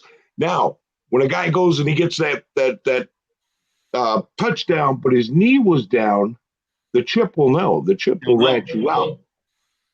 Keep the game fair. Technology don't lie. One of the things that we. What were you saying? Sorry. We'll put the zebras. We'll just stop. The officials in football. See, they're not going to do that because one, it say like something happens in the game, right? Mm-hmm. It's not going to make the news. They want to have something to make the news to get them in the media. It's a money thing. It's a money. Let's be honest.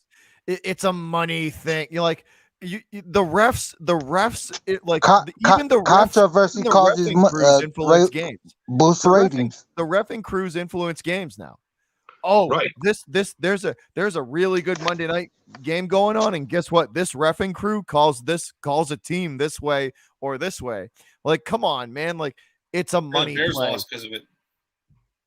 Well, we get the robots doing it, it'd be a lot better. And another thing is, you get all these different, sites watching every player. Yeah. And all of a sudden, cannons start shooting out yellow flags onto the field where they're holding Max Crosby every play. Yeah. And nobody's calling this. Well, that's the same. That's the same thing with this. So it's interesting you bring that up too, because it's like Matthew Judon for us. It's the same, dude. They hold him like 8 times a game because they can't block him. And what do they call? Nothing. And then Hicks is the same way. Hicks is the same way for the Bears. You know how many Bears highlights I've watched where they grab a guy hooks Hakeem Hicks at the last second and he doesn't get called? His legs and tripping him and stuff. Yeah, it's a bunch of crap. Right. So, they make it tougher on defenders, and then they don't call penalties when somebody penalizes robots the can defender. fix that stuff. They can fix all that ticky-tack stuff. I agree, like little lasers and robots, stuff like that. Another thing that really bothers me, too, we talked about it in one of the podcasts, is how they congregate on the field. So they have a disagreement or whatever these refs do. They're just talking about it for like 20 minutes or something like that. It's like, dude, it should be one call to the guy upstairs. He says, this is how it is. End of discussion. 30 seconds. That's it. Yeah. Here's a better idea. Keep the refs. But your drones who are running with the computer, who's highly weaponized, if that ref makes a bad call, and it's blatantly bad, terminate on the field. Laser. Like a little cattle prod comes out and zaps his ass. Or just... Hey, that would help. Artillery rounds. I don't know. Hey, I said it a while back, OG, right? You get the rope like a robot calling the strike zone, right? In baseball, and if you're a manager and you don't like the call, you can fight the robot, and like Rock'em Sock'em robot style. If you beat the robot, you get the call. If you punch, the robots are going to make bad calls and prejudice calls. They're not. They're going to be like, right. It's just analyze data. Here it is. And then they even just show the robot sometimes. Like you punch the robot out, and it short circuits, and then they just wheel another one in its place. So you get the entertainment value because you get to see the manager punch the robot out. You get to see the fight on the field. So it's plus the robot punches the manager out. Yeah. The robot just or the robot punches the manager out. So you get to see entertainment either way. Right now, if the manager comes out and kicks dirt on the robot's shoes, the robot's gonna be like, "Okay, sweep it off, play ball." That's entertainment. That's how you bring fans back to baseball, right there. For me, nothing makes me dislike baseball more though than when I'm watching a game and like you shouldn't even show me the robotic thing because like I'll watch the game and he'll be like strike and it'll show like the box. And it'll be like it's like 3 inches outside the box, and it's just like So and a drone comes down, and drone comes down and blasts the umpire with a paintball right in the face. Failure. He gets 3 paintballs in a game. He's out. He's out. Next umpire. That's a good idea. You know what? Hey, if you want to keep humans in the game, that's a better one. I like that idea the best because at least we get to see some paintballs. That would be hilarious. All right. The thing just comes out just. We're about solutions here on the I-90 Sports Podcast. That's what we are about here.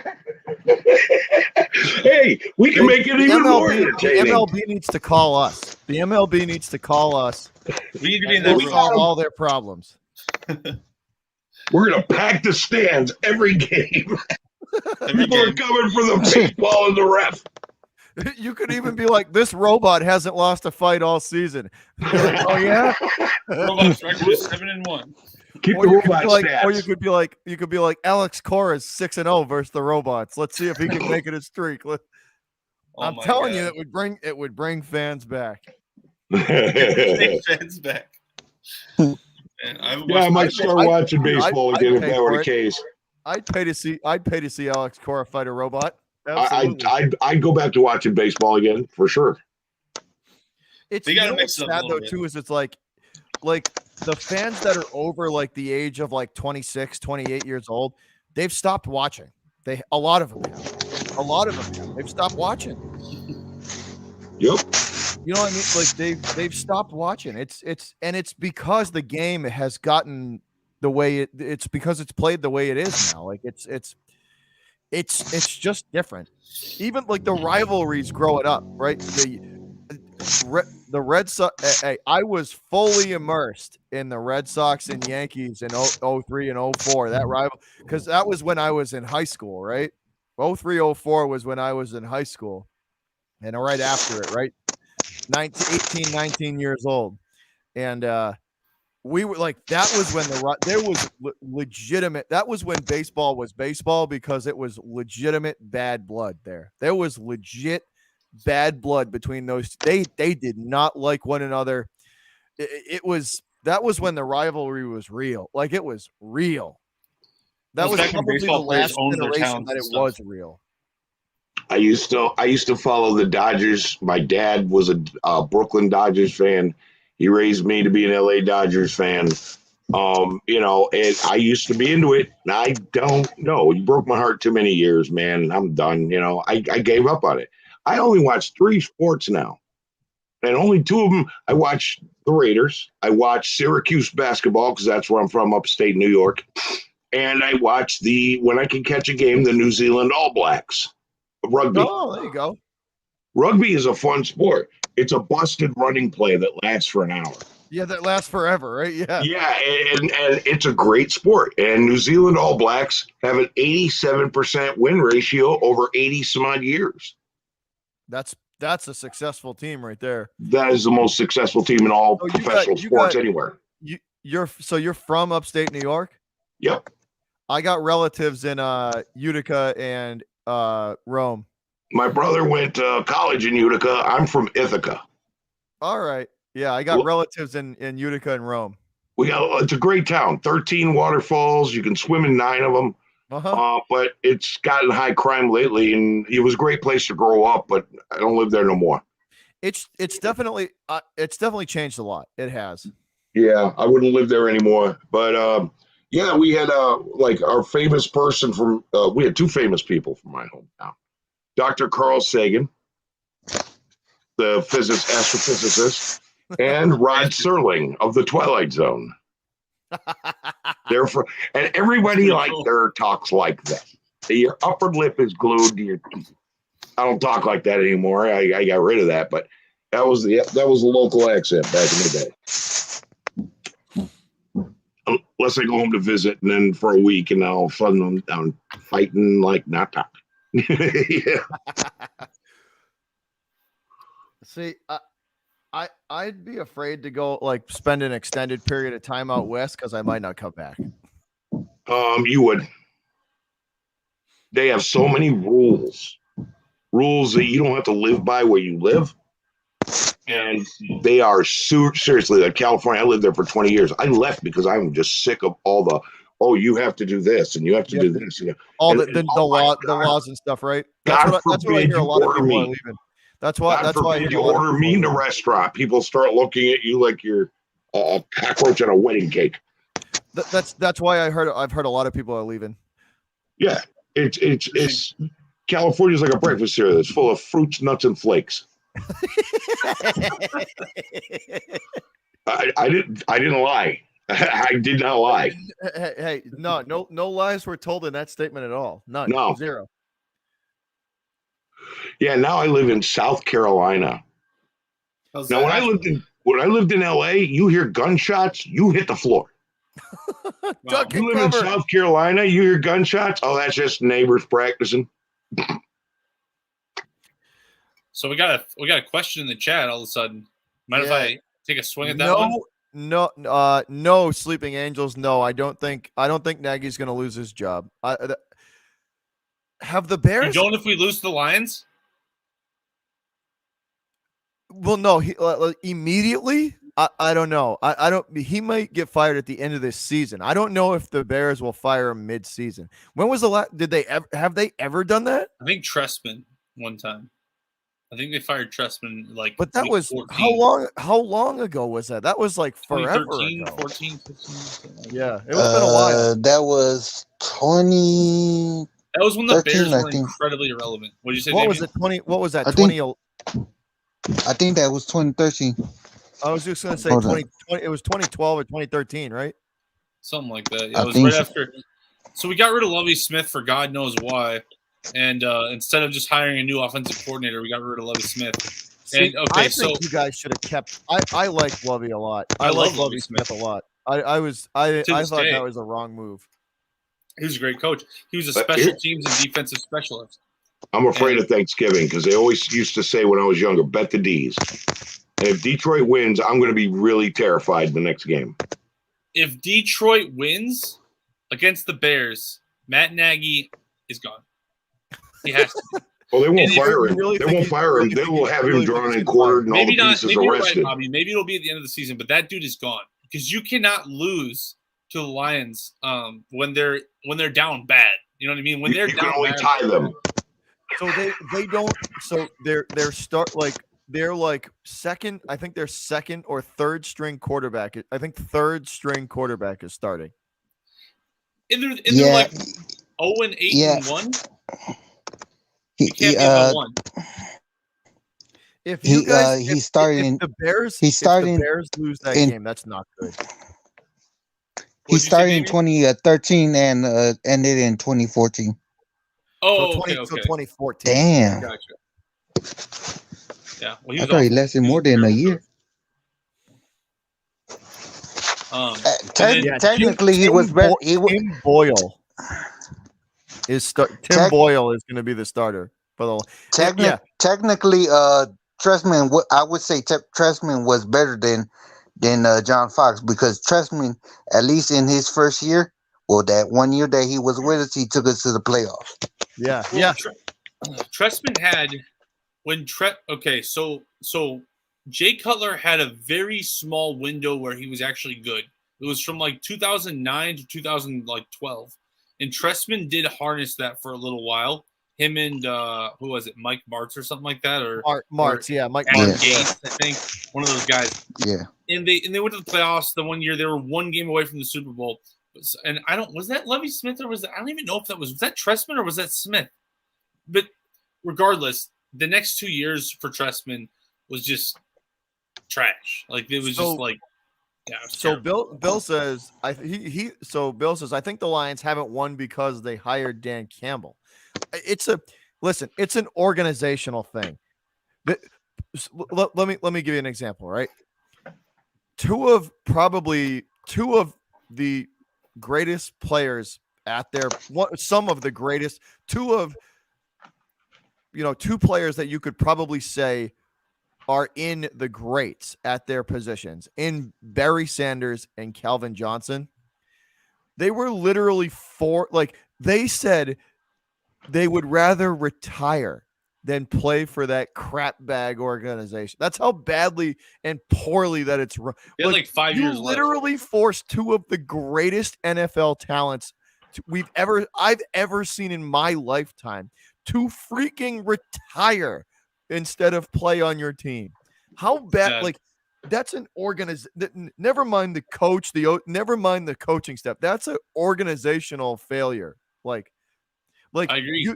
They need to just take the Lions out of the league for like 10 years and if just the let Bears them lose them next week, yeah, They're close enough to Canada, right? Yeah, the Bears just send them to Canada. Be like, yeah, you guys are the new Canadian team. Hey, look, CFL team. look. We lost last year to them with when they had Patricia, so I wouldn't be but that shocked if was we Matt lose Thursday. Stafford. At least when they had Matt Stafford, because this is like when they had John Kitna. Okay, you know what? I've talked enough about the Lions, okay? The Lions suck. And if the Bears lose to the Lions, I'm going to freak. And yeah, I will be like, I've been back and forth on should we keep or get rid of Matt Nagy? I've been back and forth on it, but I would be full on just hit the eject button. I don't care when. And Karam Mawani asked a great question. JD's going to be committing seppuku if that happens. What's that? JD will be committing seppuku, the Japanese style of disemboweling yourself out of honor. Hold up. You say the definitely do Lions that. suck. Yes, the Lions are. Well, they ain't got a winning record, but damn it, they looking better than us, even with a losing record. It's kind of like, but I think to me, it's not even about like how they look or how good they are or how good we are or how good anything. To me, if we're talking about like, can a guy coach, like, because okay, let me give you a good example. Quick, and then I want to answer Crum's question. So Mike Tomlin, for all of his shortcomings or whatever in the playoffs or whatever, he doesn't have a losing record ever. He never does. Even when he has Mason Rudolph and some of the shittiest like quarterbacks play you've ever seen. And even when Ben Roethlisberger looks like garbage, or when there's so much drama in the locker room or whatever, he still somehow has a winning record every year because he's a good coach, because there's stability. Same with Lovie Smith. Lovie Smith, we always had a above average record above 500 record rather. We always had an above 500 record because there was stability. We didn't always have a good quarterback. We didn't always have the best whatever, the best this or that, but we always had stability. If Matt Nagy cannot beat the Lions, they're like as down bad as the Lions have been in my life, except for that one season with John Kitna where they went 0-16. Besides that season, this is about as bad as we've seen them. And even if they are playing better now, it doesn't matter. This is like a pride victory. If you cannot beat the Lions this time, you are not the coach of this team. Like, to me, that's just, I don't care if we have Tyler Bray in there, the practice squad quarterback. You have to beat the Lions. Just saying. See, I don't think we have them no more. See, you might be right. I think there's a difference between good. I think there's a difference between good coach and good ego manager. Mike Tomlin is a phenomenal ego manager. You don't think he's a good coach? Didn't work with AB. You think so? Well, I don't think you can. You can have a. OG, how long did he hold AB, Antonio Brown, Bell, and Roth and Ben to, like, those were three massive egos in a locker room, and he held that together for what, 7 seasons? True, but it couldn't last. But see, that's what I'm saying. Like, he held those three egos in check for 7 years, and in my opinion, with those three guys on a team, he should have had more titles than just one. They should have won way more than just one title with that offense. Do you blame Big Ben though? Don't you blame Big Ben for that? I blame Big Ben. No, you kind of do, because he is the center. He's the centerpiece in the quarterback. Tomlin's the defense. He's like Belichick. You know what I mean? Like, Belichick can only do so much. Like, he still needs a guy to, you know what I mean, to call plays and to be a quarterback. So. I don't understand why the hell they don't cut Big Ben. Well, I mean, he's already old as hell. They got nowhere to go. So if they have Dwayne Haskins. He only makes like 13 mil though. Ben Roethlisberger does. Here's what I think. Here's what I think they should do. I would wait for that kid. I think his name is Bryce Young, the quarterback from Alabama, and I don't think he's going to be out in the draft this year or next year. I think they should ride the next 2 seasons out and wait because the draft class this coming year is not good for quarterbacks. It's not good. It's offensive and defensive line heavy. Like, there's some studs coming out in the offensive and defensive line this year. Quarterback, not so much. Next year is going to be better. The 2024 draft, I think, for quarterbacks is going to be really good. Who's that? Arch Manning? It's him. It's going to be the kid from Alabama. I think Bryce Young is going to be available at that. It's much better. Seriously? I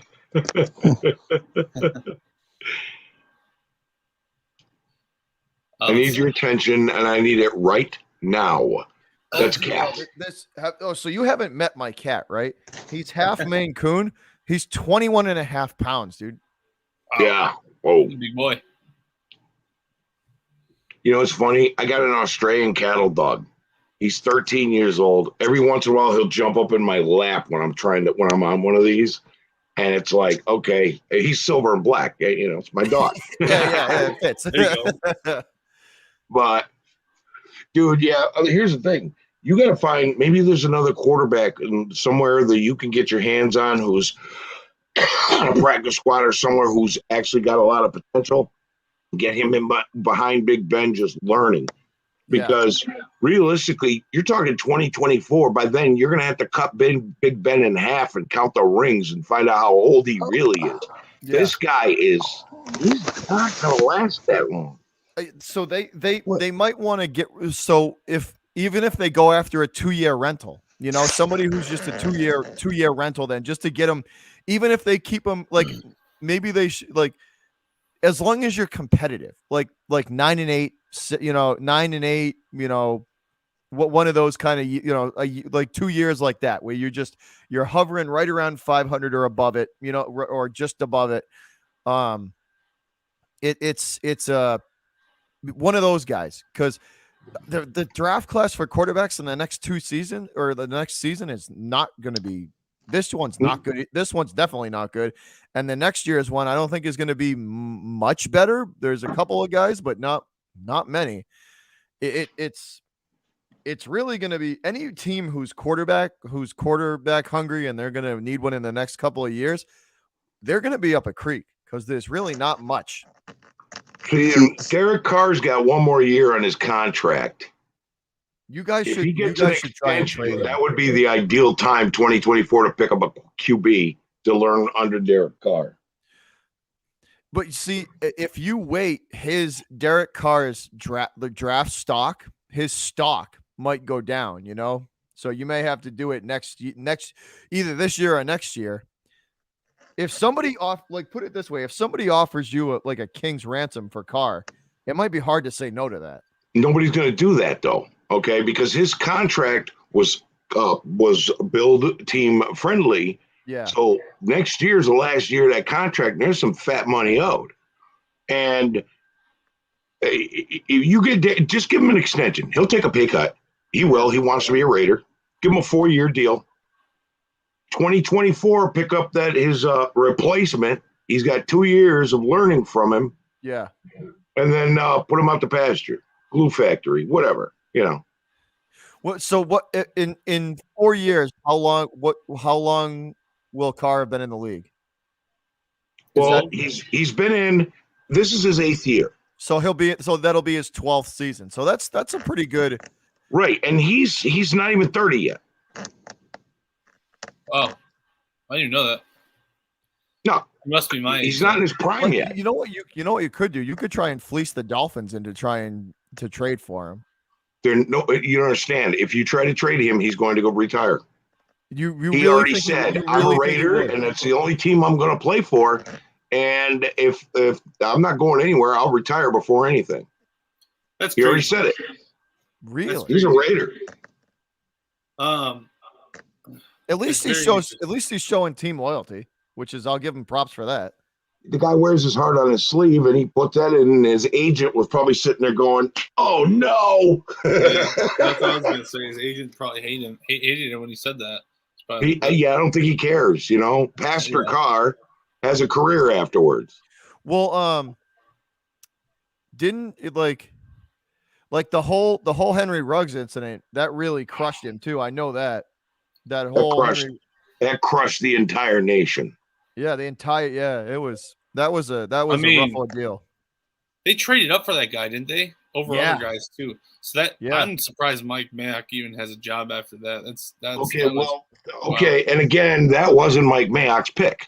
No, that was Mark Davis's pick. Yeah, it was. He wanted his own Cliff Branch. He's trying to honor his father, who treated him like crap.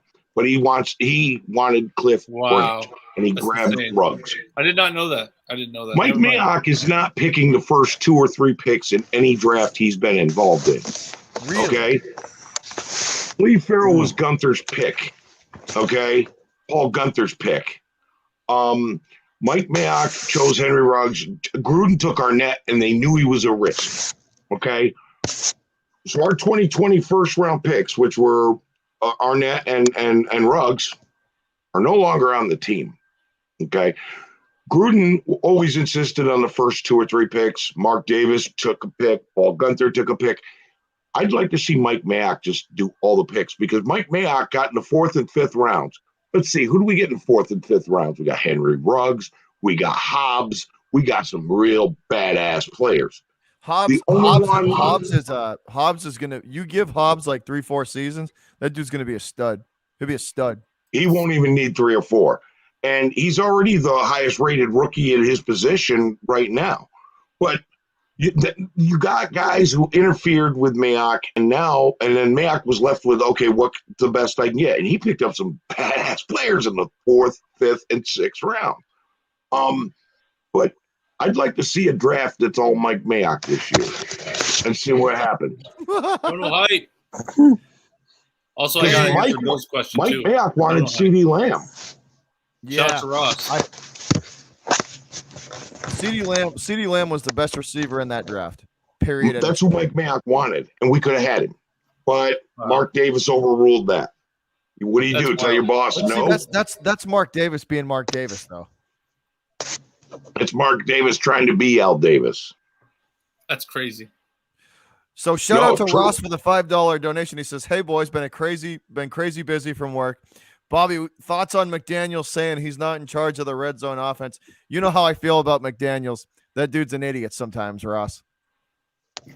And then he says, also, JD, when's Nagy getting fired? So I'm going to answer Bill's question first, but I will answer that quickly because I have answered that a few times, but I will answer that for Ross. So Bill says that we should hire, that the Bears should hire, they should fire Matt Nagy and hire Jim Caldwell. I would contest that Jim Caldwell isn't like, I don't think he has the pedigree. I mean, he did do well with Matt Stafford for, what was it, a few years. They made the playoffs, and then they kind of like, in my lifetime, that was the best Lions coach I've, like, the Lions were 9-7 with him. Yeah, right. But that's true. But right now, I mean, what does the league say about Jim Caldwell? He's the quarterback's coach for the Dolphins. So clearly people don't think that highly of him. I'm sure he's something, you know what I mean? He's not, okay, you want to develop Justin Fields, but look at the way he developed Tua Tagovailoa. So that's kind of like, I don't want that necessarily. I would spin it the other way. I want either Greg Roman or Jim Harbaugh or both together. Because, you know, Roman's always Harbaugh would be really interesting in Chicago because you probably would get that old school defense. You know, I mean, like, that's like, you want to talk about a guy who brings back old school, like, who would bring back old school Bear style football. Harbaugh would do that. And to answer Ross's question, so that's my answer for Bill's question. That was my full answer for Bill's question, is that I would rather have Jim Harbaugh or somebody like that. But I mean, I would try Jim. If they said we hired Jim Caldwell, I wouldn't be that mad about it. I'd give him a shot for sure. He's had some success. And that is pretty crazy what OG was saying about Mark Davis. But I do want to answer before we get back to that, which we should. I want to answer Ross's question. So when's Nagy getting fired? I've talked about it a lot during this podcast. I think that he can still salvage his job. I do. I didn't talk about that part as much. I think he can salvage his job. He has to win pretty much every game out from here. Maybe lose one or something like that. But I think that ultimately, if he loses to the Lions, he should get fired next week. Next week, just fire his ass. So that's my question for that. Ross says, Coach Clapp on a plane to Chicago right now. Oh, hell no. Damien. Sleeping Angels. Coach Clapp on a plane to Chicago right now. No way. Shit. No way. We're not getting Jason Garrett. No way. He's never going to get a head coaching job again. He won't. Because let's see. Sleeping Angel says Mark Davis needs to sell the team as well. Well, the thing is, Mark Davis is fighting to keep this team. He's getting railroaded by other owners like Jimmy Johnson when the Raiders were going to go to L.A. with the Rams. And he told them, no, go somewhere else. You don't want to share a stadium, and talked him out of it. Well, guess what? When we go to L.A., we fill that stadium with Raiders fans, no matter if it's the Rams or the Chargers. Yeah. Now we're in Vegas. We're starting to learn we should have went to L.A. OG. The Raiders should have never left Oakland. They should have never left Oakland in the first. You ever been to that stadium? Huh? You ever been to that stadium? No, but they should have never left. They should have never. God forbid you go in there and at halftime and try to go to the bathroom and flush the toilet and all the toilets flooding. No, that we should have left or Oakland. you know what? Build build a new stadium in Oakland. Stay in the area, but build a new stadium. They should have Couldn't never get left enough the money area. involved, and the mayor was Libby Schaff, the mayor of Oakland. She is a dirtbag. She wasn't going to help. That makes sense. You know what I mean? Like that they should. I'm just saying, in hindsight, they should have done everything I wish they would have stayed in Oakland, because guess what? OG, the old black hole, dude, people feared that stadium. It was like you did not want to play there. Right. Like you did not want to play. It was the same way in LA, bro. It was the same way when they were in LA. I used to be a season ticket holder, lived there. You did not come into that stadium with another jersey on, period. No. And the thing is, the NFL is now trying to target Mark Davis. And I'm being real. 650,000 emails, but only John Gruden's got released. You tell in the middle of the season, that's an attack. That was messed up to begin with. That had a like targeted attack feel to it. They had those emails in June, but they didn't release them until we were into our season. They had those emails in 2010. Yeah. ESPN. This is ESPN. They're like, ESPN's so stupid. They're like, remember when you were a jerk on emails and stuff like that back or whatever? Well, we're going to trash the Raiders for hiring you when you were a jerk for our company, when we were paying you like millions of dollars to call Monday Night Football, and you were really popular back then. But now that you're a coach, we're going to release them from 10 years ago just to trash you and stuff like that. That was the most like hypocritical, like, if people don't see this hypocrisy, I'm gonna be mind blown right now. Like, it was crazy. Well, no, but JD, me and you talked. It did have like a. Remember, we were talking about like ESPN. They knew about if they knew about the emails in June, then that means they held them until the most opportune moment to let them go. Of course, right. It's like Adam Schefter. That's the definition of it. That's the definition of a targeted attack. They're not. And the thing is, here's what I don't get. Why the NFL, why do they hate Mark Davis? He didn't sue him and win. That was Al. Al was gone. Okay, it's clean slate, right? No, yeah, let's keep bury it the going. hatchet. Bury the hatchet. It's a clean slate, like you were saying. That's gone. That's over. I know why they hate him. But they're not doing that. I think the NFL wants to get rid of all of these semi-rich, like not fully, like they want Jeff Bezos. You know what I mean? They want like the multi like $20+ billion guys. That's what they want. They don't want these guys who struggle to like pay for the stadiums and pay for this and have to get tax cuts and all this stuff. They don't want those guys. The NFL collectively, they want to like get rid of like the Spanos family, the McCaskey family, the Davis family. But I think the Davis family they get targeted worse than probably. Yeah, but see, the Davis family are like cockroaches. They don't die. They fight back, and you don't win in court. And that's the thing. They're tenacious. Well, but I'm going to tell you right now, I mean, like Mark Davis's value has gone up exponentially since we moved to Vegas. Yeah. Okay. So that's only going to help him. I mean, yeah. But he drives a Mini Cooper, and that's not cool. These guys, like JD, like your point is like they don't want what they want is they don't want the guy who cares about the team. They want just the guy to care about the money, and that's it. And the business. But like the McCaskey family, the Davis family, like the Kraft family, they winning to those owners means more than any winning means more. Okay, than the Kraft family has more money than God. Okay, they'll stick around for sure. But you know, these owners, like Al Davis, the Davis name, the McCaskey name, the Rooneys, all these guys. See that's they're trying to root those owners out because they care more about winning than anything else. Well, because the brand of the Raiders and the brand of the Bears is more expensive than their pockets. Yeah. They don't. They're about their own money and prestige and keeping their little secrets hidden. Yeah. Which they messed with the wrong guy Gruden just filed that lawsuit. The NFL is about to get blown wide open and exposed. But I think that's what they were afraid of, because like like he's one of those guys where he's not going to be afraid to stand his ground and be like, you want to roll with this? Then I'll play this game too. You know, Gruden's going to go scorched earth on the NFL. Oh yeah. They mess with the wrong one. On ESPN too. I hate hey, ESPN. There we go. What's up, Bill? Sorry about that. But my thing is, what's up, Bill? Can you hear us? Gruden has more fault to that because he should have never, if he didn't want shit to happen to him, he should have never had those emails. I don't agree with Gruden's emails. But if you're gonna be like that, then it should go across the board. Like release all of them to everybody. Don't just release the ones. It's a target. Well, yeah, that too. You know I mean? Just the one guy they want to eliminate. Let's see if we can hear. Let's do a. Yeah, I don't agree with Gruden's emails at all. Yeah, he was being an asshole for sure. No, What's up, there's Bill? a lot more assholes out there that they're not releasing information on because they're trying to protect themselves.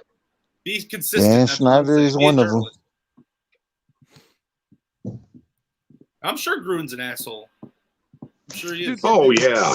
In order to be that level and manage the team, sometimes you got to make asshole decisions. Sometimes you just got to do it. Well, and I'm sure he says things that are but stupid, you still the racial comments, all the other comments. You got a gay guy on your team. You're talking about, it's like you live in a dual life. And guess what? Everybody's seeing who you are now. Yeah. He exactly. Like, he's not the nicest guy. You know what I mean? Like, he's going to say mean, stupid, unfair things because that's kind of who he is. But is he a good coach? Well, he used to be, I think. I don't know if he is now. The game passed him by. Yeah, it was a blessing that he's gone. That's really why he should have been fired, really, in my opinion. But right. How's it going, Bill? Good to see you, bro. Are you frozen, Bill? Oh, I think Bill's frozen. Uh-oh. Bill's frozen. They put him in carbonite. Oh, we got another person. Hey, what's up, Bill Hinderman? It says Bobby Arthur's. Yeah, I don't. Yeah, it's. I don't care. Yeah, we don't care about people talking. Yeah. Let them talk. Yeah, I would actually have to care, Bill, but I don't. He made a massive mistake. I'm from Boston. I don't give a. You could talk all you want. I just don't give a shit. Beantown, you might want to consider what's going on. There are people who've been flagging this guy's channel who were plotting it, and he put the video out there and sent it to Google. Like a lot of these guys are going to lose their channels for plotting to take his out. So I wouldn't trust any information that came out about that guy's channel. I believe it. Let's see. Sleeping Eagle says, I'm going to be honest, the McCaskey family doesn't care about winning, just saying. Well, and I think that, they probably want to win, but, they're not George McCaskey. They're not George Halas. They're not that anymore. They're people who, which I've read that they do, the kids, like the mom and the Phillips family or whatever that they're connected to, they don't want to sell the team. But the kids, the third, so I don't think the Bears will be with the McCaskeys for much longer. I think that is just a matter of time that they're going to sell them because the kids don't want, they want the money. They don't have, Bezos wealth. They want some of that money. So I don't think it. I think the Bears are going to get sold. And I predict it'll be the biggest sale in the history of sports. Ross, no, he's done. He's not going to the Bears. Bears coach, hell no. No way. Hell no. Not after the NFL tried to railroad him. No way. He's just not he's not that good of a coach. He's not a good coach anymore. He's not the innovative young coach that first went to the Raiders.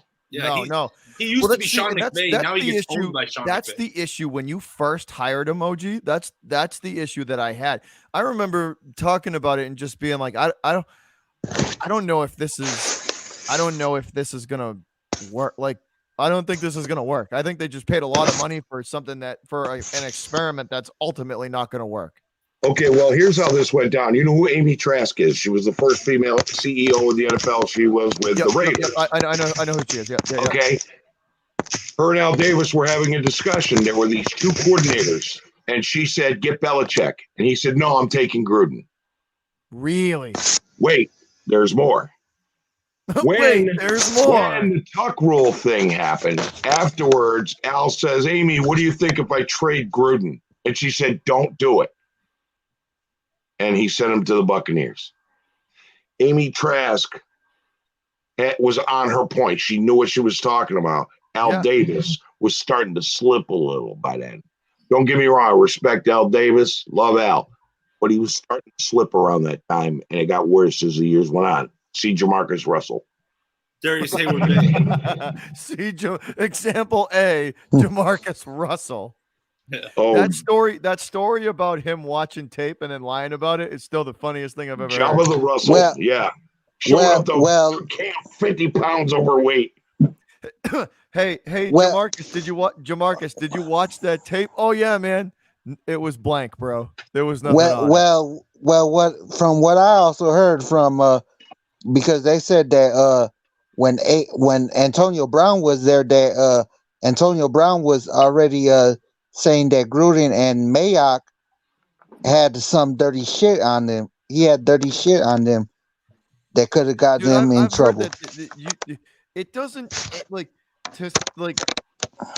the fact that people are saying that the NFL is corrupt and just like, dude, look at the examples around the league. Come on, like we've known this for years. It makes. I mean, they are willing. look at the NBA with the Tim Donaghy situation. Oh, I know. It's like with Gruden, I look at it like this with Gruden. Like, should he have mocked the NFLPA guy and said the things that he said about him? No, he shouldn't have. You know what I mean? But does that mean that that's the reason why he should have lost his job? In my opinion, no. Like that's just not enough for me to say. Like, you hired this guy knowing he was an asshole. You know what I mean? You knew he was a prick. And also, ESPN is his former employer in which he said these things, and they kept him on for years. Like that is something that is just the most like hypocritical thing in the whole world, and I just will never get over that. Well, like you said, OG, and me and JD talked about it before. Like, it feels like it was like you said, like a targeted, like if they knew about him in June, and yet it took this long for them to just be like, yeah, we're gonna hold him until they're gonna benefit, until it's gonna. Oh, their season's going great. Throw that out. Yeah. It's and the thing is, don't get me wrong, but what Gruden said was what things that Gruden said were offensive, except for what he said about Roger Goodell.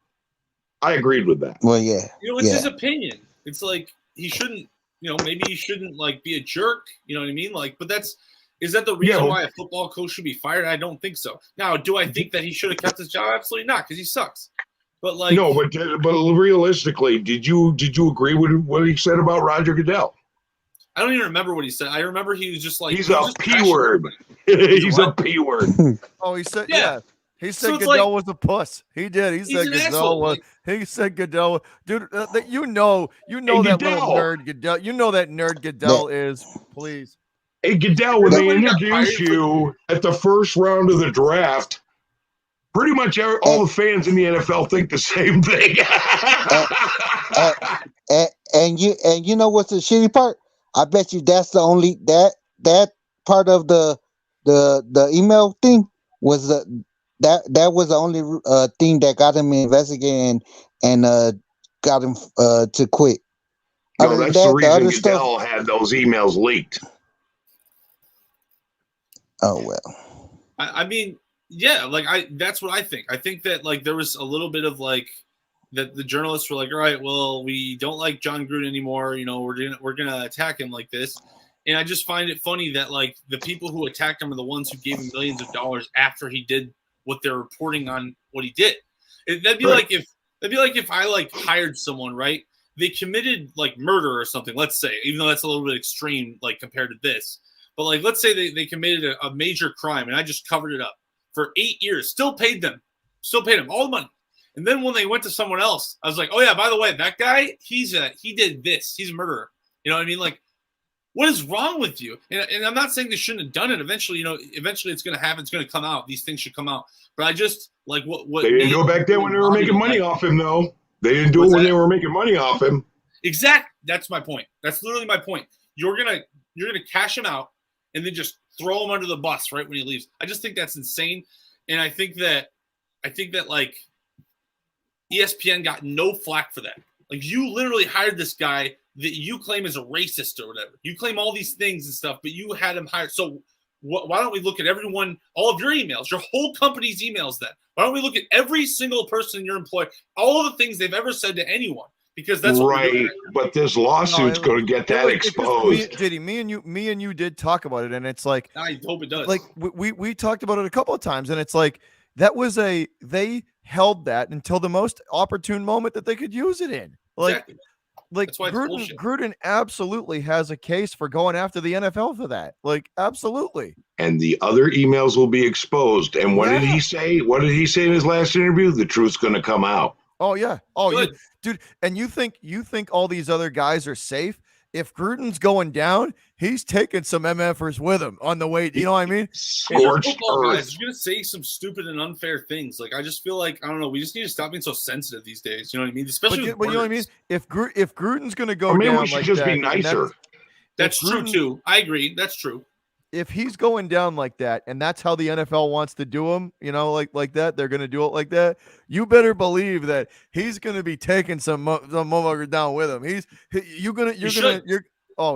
like you said, OG, scorched earth, bro. It's going to be nasty. It's going to be nasty. Stuff's going to come out that's going to roll a lot of heads, man. Yeah, dude, and he's not going to have any. He's not going to have any mercy about it. Nope. If that's the way they want to go with it, then because Gruden's going to be, he's going to be ready to clear his name and make sure that, that his name and his legacy are clear. There's already members of Congress who have requested those emails. Yeah. Okay. The U.S. Congress and the NFL declined because they just asked politely. They didn't subpoena anything yet. I think they get that. What are we investigating? If people were mean or not? Like, I don't understand. Like, what's the crime here? Like, he's a jerk. No, I'm just saying we all need to just be better human beings. No, I mean what's true. That's definitely all this meanness that's come out over the last couple of years and divisiveness and all this, the last few years. It's like, why are you fighting with your family over a politician that doesn't give a damn about you or them? You know what I mean? And because politicians do not care about us. They are not good people. They're out there to make money. They are like the NFL. Exactly. They're this big body that doesn't care about you, basically. And they don't care at all. They only care about money. Themselves, the establishment is it's a company. It's a company in a big club. And guess what? None of us are ever going to be in the big club. I almost ran for office. I changed my mind because I knew at the office I was going to run at, what am I really going to change? What will I really be able to change? So I just decided, you know what? Let's get a sailboat and let's get the hell out of here. Let's go cruise the Caribbean and me and my wife are going to do that. And with that, Elon Musk gets that Starlink thing ready for boats with gimbals. I'm going to do my show on the boat, bro. OG in space. No, OG is going to be on the boat in the Caribbean doing Chronicles of the Black Hole. Cool. Sounds awesome. Chronicles of the Black Hole from the Bermuda Triangle. I can't wait to do the show with you. Everybody, they were all calling you a masshole and all this stuff. I got a lot of friends from Boston. And I'm like, but I am a masshole, but I fully embrace it. Believe me. Okay. Well, I'm just saying I look forward to doing a show with you, man. Your moderator isn't still trying to kill me, I hope. Thinking I was trying to send somebody else my number. No, it's they look out, man. We got pretty good mods in there. There's a lot of, we run into a lot of trolls up in here. We hit some streams where we run into some trolls and they I know, man. They get you can ask any of the mods and the members around here, OG. the trolls get handled accordingly. See, my channel's still small, and I'm building it. But the problem is, okay, everybody's like, oh, well, if I get to this many subscribers or this many subscribers or milestone. No, me, I'm at the point where it's like, I want my first troll, and So then I need my first dislike. You know, no, seriously, those are going to be my milestones, and I will congratulate them. Thank you. I'm doing stuff now right. I get to smash my first troll. Trolls are fun, but spammers are the worst. Yeah. Oh yeah, I got that already. That's my first. That was my first one. I got that, but I'm waiting Trolls for are that fun. dislike and that troll. I need those. Those are my next milestones. What? Tell me. Missy, hey, those Missy, means you're growing your channel. Missy, the link for the stream is in your Twitter. I sent it. I did drop the link for the Twitter, so in your Twitter. I'll put it up here again on the. Yeah, I got too many friends from Boston and from all over Mass. I got cousins in Mass. Man. Like most of us are pretty good. I haven't met a masshole yet. I mean, to me, it's like I'm your kind of asshole. Like it's. Well, I'm from New York, so you know that might be it. You know, and I'm not a Yankees fan, so I don't like when people are too nice either. Like, you know what I mean? Like, I don't want you to just be like, just like let people walk. You know what I mean? So like, I like Boston. I can relate to Boston people. I really can. Like, sometimes you just gotta like tell it how it is, you know. And that's what a lot of them do. So I can appreciate. Well, that's why like Boston and New Yorkers get like you get a bad rap. Like we might root for different teams, but like it's the same. Like we love our cities, and it's like it's Boston or New York versus the freaking world, and that's how it is. Well, here's the thing, though. I'm from Syracuse. Well, I'm from Ithaca, but we're near Syracuse, and Syracuse is an Irish town. So maybe that's why I get along with Bostonians, because, you know, I'm Puerto Rican, but I was raised in the Irish culture because my Irish side of my family, and not Puerto Rican. Okay, my daughters are sort of Rican. I married an Irish woman. So I married a Scottish woman. It's wild. I married a Scottish woman. It's not wild. It's wonderful, man. She was my first girlfriend when I was 14, and we were apart a year later, and she went on her life. I went on my life. She was in a different state, and we met back up online because I saw her as a recommendation. I'm like, oh. And we got back together a few years back ago and got married, and she's still I don't know, I feel like I'm that sweet girl from back home. And yes, sir. Yeah, but so we've known each other 40 years. Yeah, that's crazy. My parents are high school. My parents are high school sweethearts. 42 years. That's awesome. Wow. 42 years. Time. Yep. And as you can see in the background, I'm in my man cave because I do all the cooking. So, not serious. That's what's up. That is what's up. So, Luke Neely said, let's see, he said, the NFL is going to be shredding documents like they were Enron. Like they were Enron. Hey, good luck with that because your electronic footprint is still there. And one more thing I got to say, just to everyone that's watching this, you know, on iHeartRadio or listening to iHeartRadio, and just been watching in the playback and everything, because we've gotten like what, Bobby? We went from like 100 something views to like now we get like 300 something in the playback every time. Yeah. We just appreciate you guys. Like, we love you guys, you know, and we're gonna keep on doing this, man. This is a great podcast. We love it. Me and Bobby love doing it, and we just love you guys, and it's been awesome. OG, I'm gonna call you tomorrow at some point, and we'll work out a time on Friday. That work out a time means tell me what time. There you go. So what works? Like I got anytime after like 10 in the morning is good for me. So whatever you want to do. That's a little early. That's a little early, man. I'm going to be in a food coma. I'm going to be in a food coma from the night before. But what you want to do in the afternoon? Like you want to do like early afternoon's fine, man. I'm good. Nice. You want to do like 4 or 5? 4 or 5 is good. JD, you down for that? What is it again? I'm sorry.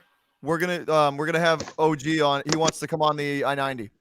Oh yeah, yeah. So are you good for Friday? Sorry, I pulled up something. Yes, no. You said 4 to 5 on Friday. Yeah.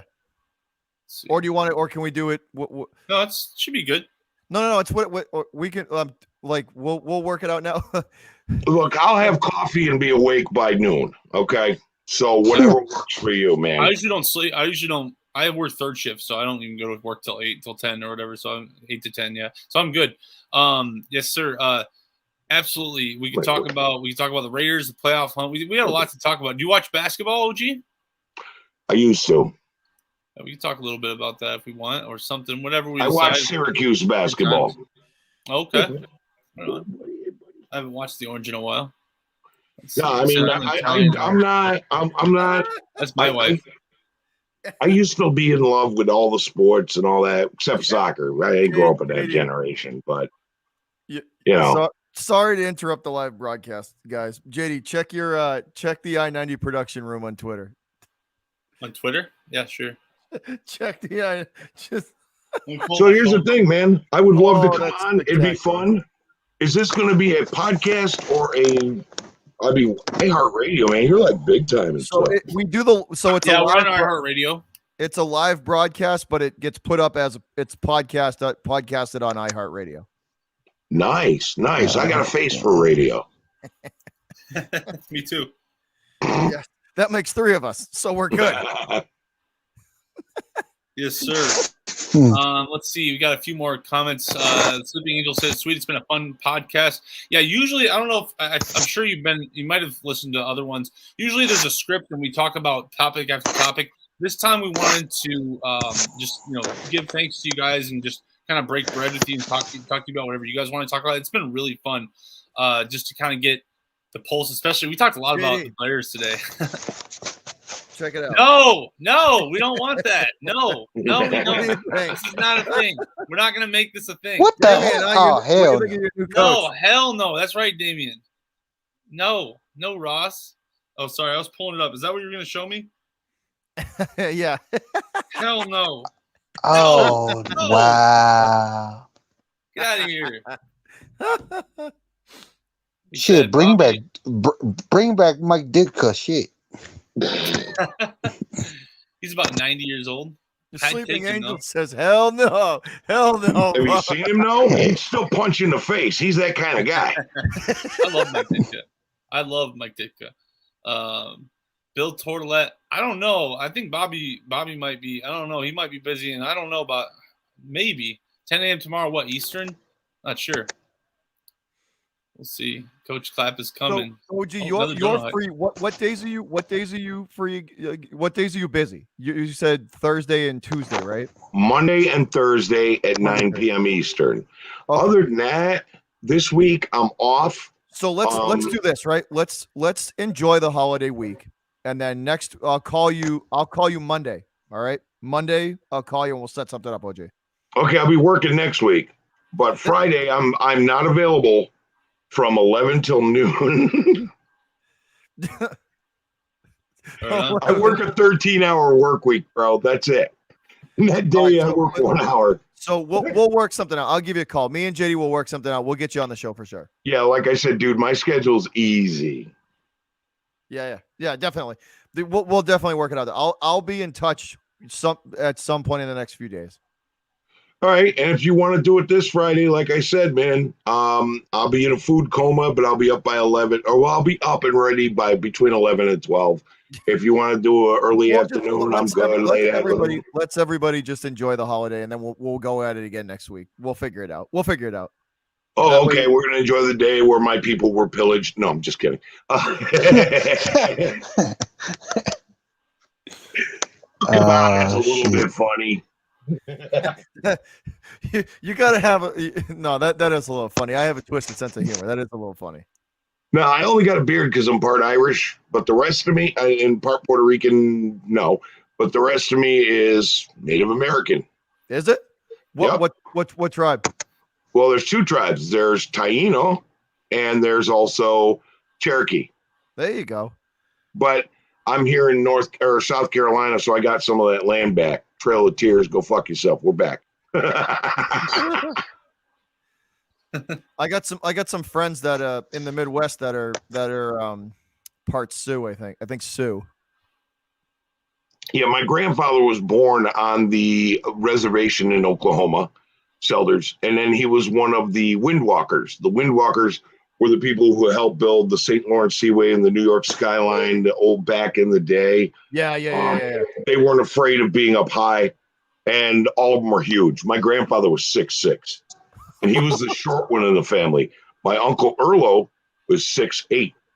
So shout out to Ross again for the $2 donation. He says, "Coach Clapp is coming, JD. It's inevitable." Hell. No, he's not, Ross.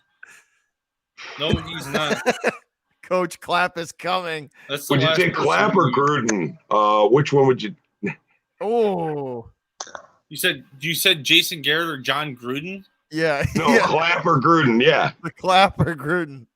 I So would do I rather have take to- Sadie. Crap myself to death or puke myself to death? Let's see. Seppuku is an option. Or just end it all. In that case, I'll stay with Nagy. Shit. Yeah, I'd stay with Nagy. Like honestly, yeah, if those are my options, I'm staying with Nagy. Honestly, I'd probably take Gruden though, because here's why. Let me explain why. Gruden is the game has passed him by. You're right. But Yeah, I'm out. Nope. I ain't listening to this. Nope. He said no. Here's why though. Because Jason Garrett is like one of these guys who's so fake. Like John Gruden, he's old and stupid, and I don't think he knows what he's doing. But I think that Jason Garrett is like he like doesn't know what the problems are. He claps his way through he'll just pretend he doesn't have an issue, and that's a bigger his way problem. through life. Yeah, I don't like that.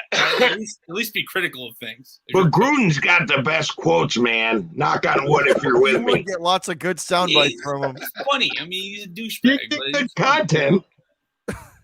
You would. Could you see a Chucky doll in a Bears uniform? No, I don't like this conversation anymore. Actually, I'm done with it. I don't want to talk about this because I definitely don't want John Gruden at all. Don't you want I to don't be want on Jason what's that Garrett HBO show? What's that HBO show? Hard Knocks? You don't want to be on Hard Knocks. Oh, you hell would no. definitely be on Hard Knocks. Hell with him. no, You we don't even definitely need would. Hard Knocks. We really don't. Okay, but and you're pitying me right now, right? Look. What's Look, up, Pat? I'm already. Look, I'm good with the Last Dance documentary. I don't need Hard Knocks. We don't need anything else. We don't need another one. Hey, what's up, Pat? I got gotta you, ignore my buddy Ross. I got you.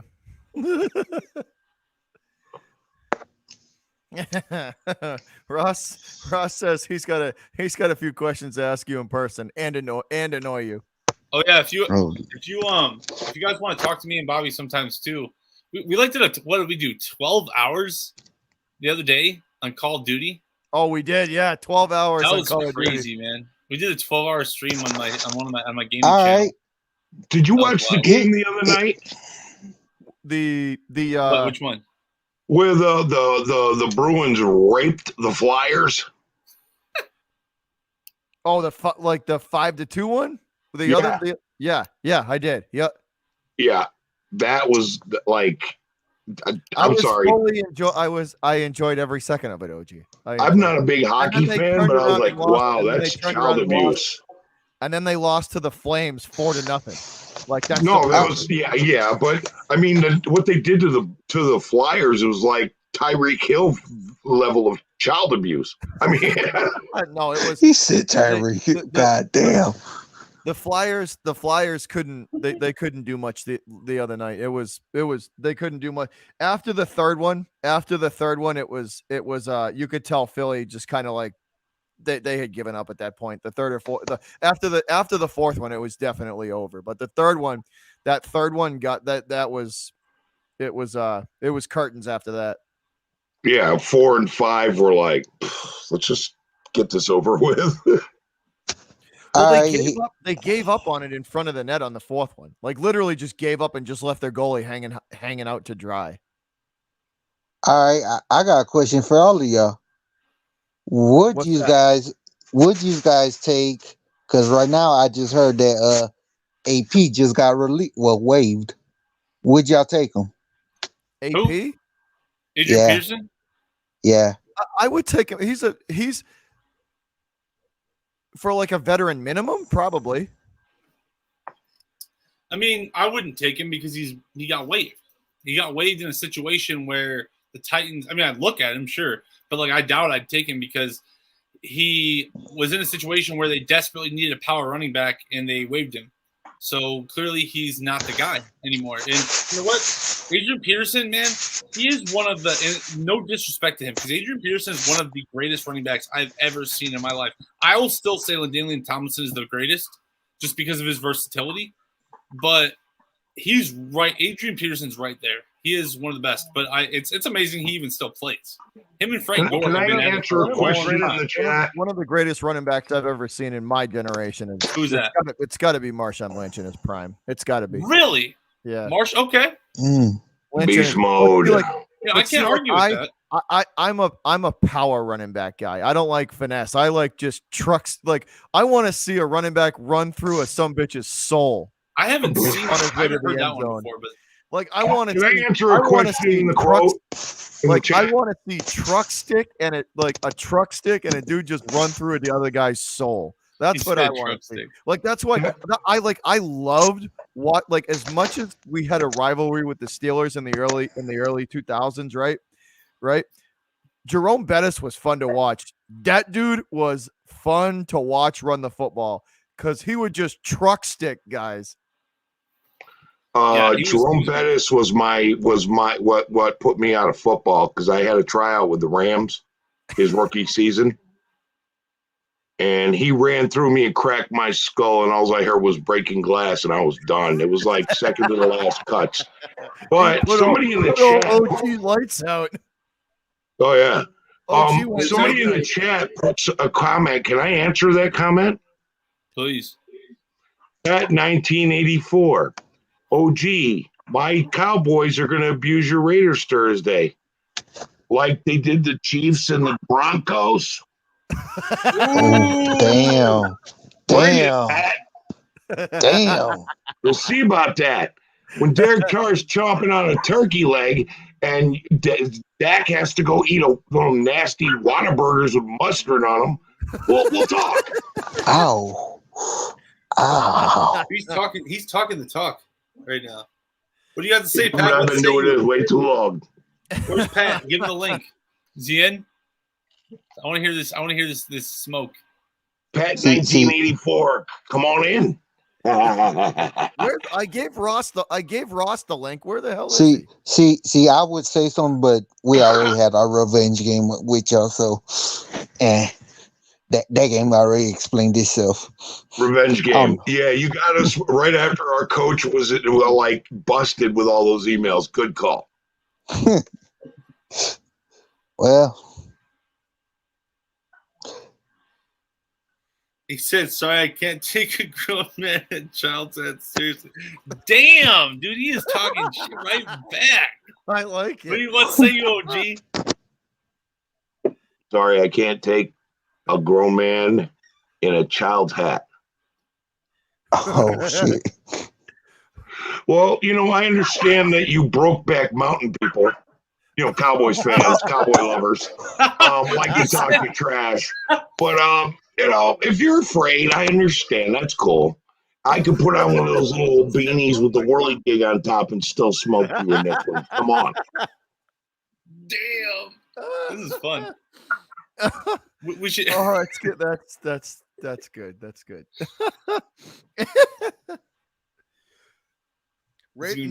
So that's in Dallas, right? That's it. That game is in Dallas, right? Yep. It's in Dallas. Yeah, even senior citizens. Okay. Pat can lay it down with the best of them. He's good. He can hold it on. He's pretty good. Word of advice, Bell. Never Never trust young youth and energy against old age and treachery, pal. Old age and treachery. Fair advice. This is true. This is true. That's fun. Hey, Sleeping Angels, you didn't have to say it like that. We already knew it was our last win, but damn it was a win. So, that? what's Bengals? hold on. I knew it. No, he's not. What? No, he's not.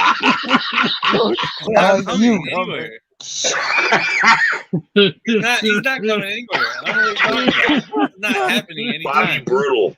I am so sorry, man. You guys don't deserve this. You guys have such a talented team, and no one can coach good players. It makes no sense.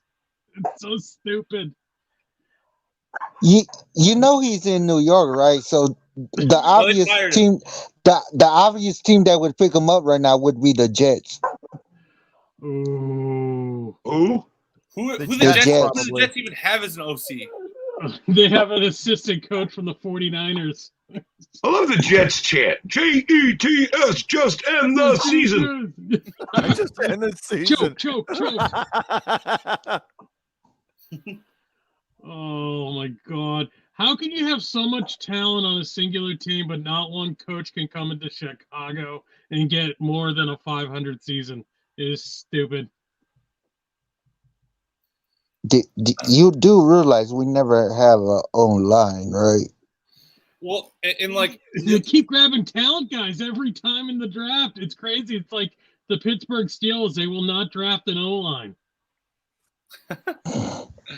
So, Karam in the chat earlier had mentioned he asked the question, like, basically, like, is it Ryan Pace's fault? And I would say, like, Ryan Pace did a lot of good things, but the O-line is one thing that he absolutely boggled. Time out. Did you just say Ryan Pace did some good things? Yeah, time out. I can get a drink. Smith.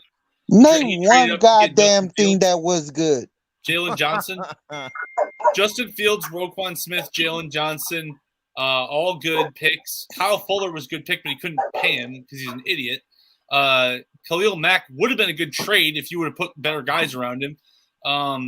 There's a few things he did well, but the thing is, he also did some stupid things bad. Like, for instance, he didn't sign Jordan Howard.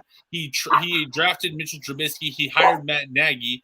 So there is some problems. There's some problems. The only thing that will save Ryan's Pace ass right now is giving Robinson's contract.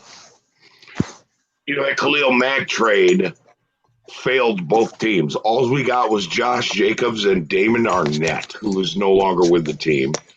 And yeah, he got injured. He's done this year. Like, that trade was bad for both teams, man. Bill just asked me when's the last time the Bears went to the playoffs. 2019. No, last year. Or was it last year? Last year, then. I mean, it was a wild card, but it was still playoffs. I mean, yeah, still playoffs. Oh, I hope get the moderators out. We got some crazy stuff going on. Jeez, people are weird. Oh, we're on it. Oh wow, we're on it. There are. I wasn't moderating. Sorry. Bill's saying when just give up on the Bears. I can never give up on the Bears. Even if the Bears were 0-16, I wouldn't give up on them. But we never are 0-16. Somebody get that dude. Wait, hold up. Get that out of here. Wait, hold up. You said get that dude. My computer's not letting me do it. Someone get him. Yeah, I can't. I'm not a moderator. Hell, this is my first time on this show. I just met this guy last week. All right, Missy got him. Thanks, Missy. Thank you, Missy. Anyway, yeah, man. Like, snipe that dude. The Bears will be all right. What we need to do, and I don't know if Nagy is capable of doing this. We need to really invest in this O-line. Like, the only guy that is decent in the O-line is Cody Whitehair, and I think he makes too much money. I think he really does. He makes like 9 to 12 million or something like that, depending on incentives. Like, that's too much money for a guy who's just like, par. Damn dog. Screw that. Our kicker is getting paid $30 million. Damn it. Who? Our kicker is getting paid $30 million. Well, you know why that is? Cody Parkey. That's why that is. They don't want to ever have that happen They again. never want that to happen again. God, I miss Sebastian Janikowski. I miss that guy. Bro, that in his prime, that dude was like insanity. You understand his last 3 years in the NFL, every time he kicked the 50, he broke a record, his own. Yeah. That dude played with the Raiders for 18 years, had back problems, went to the Seahawks for a year, retired, but he still shows up at the Raiders functions and stuff like that. Man, I miss that guy. Like, if that guy should be in the Hall of Fame someday. I think is he not going to be in the Hall of Fame? He could be. I think someday he will be. I hope he does. Janikowski, at one point, our Raiders were such a weak team. Janikowski, Al Davis had to keep him from being deported because he got in a fist fight with some cops in Dallas, beat up these 4 cops. He was the toughest guy on the team, and he was a kicker. That's crazy. That's absolutely nuts. Guys, we've been going for 2 hours and 50 minutes. But we got to unfortunately wind it down here. OG, how many people you got in here? 12, 13 in the chat, and plus you guys. Wow. I think we gotta wind it down. Unfortunately, That's It's been fun. Weeknights. Oh, it's been very fun. You guys are awesome. You guys are great. Well, OG, we'll be in touch. I'll be in touch. We'll be in touch for sure. We'll go through the holiday. I'll call you on Monday and we'll work something out. All right, that's fine. Whenever you want to go, man, I'm good. You got the life. You got the life, OG. You're like, yeah, whatever. Who cares? I can do whatever the hell I want. Hell yeah, man. Hey, you know it's all what? good, It Rick. took me a long time to get to this point. I'm sure it did. You know, the right investments and working the right connections. It's like, okay, I only got to work 12 hours a week right now. I'm going to get that down to none. Yeah. That's what I'm trying to do. Oh, That's Jesus the Christ, goal. this asshole. What's up? What's going on? I just want to repeat that we're at the top of the division. Oh, yeah. Yeah, I see, just wanna remind everything people. everything in the AFC East is as it should be now. When you guys play the Jaguars, things will change. It's like everybody else. All the top teams are getting beat up by little crap We teams. play the Jaguars It's week hilarious. 16. No one's good. We play the so Jaguars funny. week 16. No, everyone's good. The problem is everyone's too equal. Okay? When the Jaguars beat the Bills, I'm sitting there like dumbfounded. Now it's like, okay, that makes sense. Hold up. Here's the real question. When are y'all facing the Dolphins again? Because they whooped your ass. Week 17, the Week final week of the 17. season. We I played wouldn't say they We're- whooped their ass, but they did. I mean, they did beat them in No, the moment. because Yeah. McDaniels did not Listen, have an answer. Listen, I'm about to unleash my inner Patriots homer on you guys. We're about to finish this year on an 11-game win streak. How about Yeah, that? good luck with that. We'll see.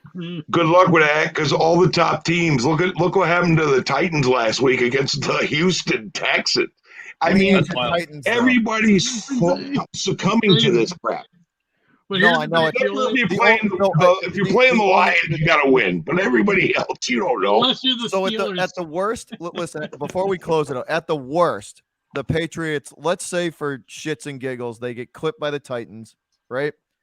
So they get clipped by the Titans.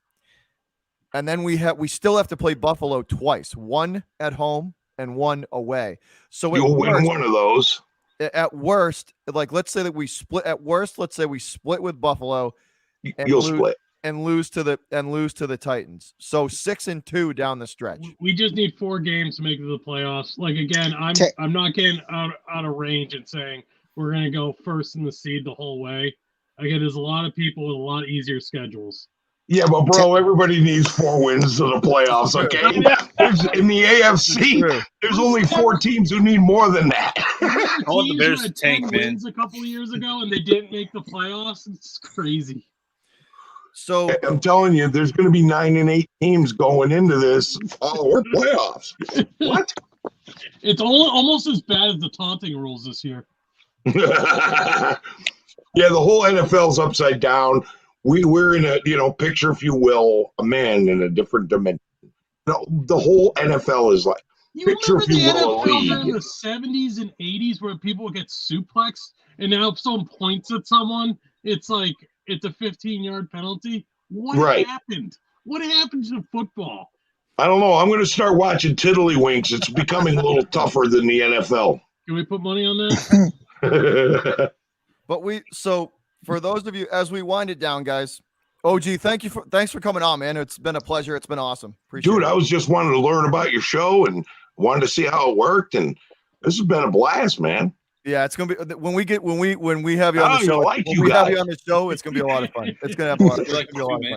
Damien, thanks for hanging out, buddy. We appreciate it. We appreciate it, but thanks a lot, man. Have a good one, everyone. Ross, as usual, the executive producer of this fine establishment. Hey, wait! I got one more question for all y'all Pats fans. How does it feel watching Tom Brady beat the Giants last night and get while he was in? Listen.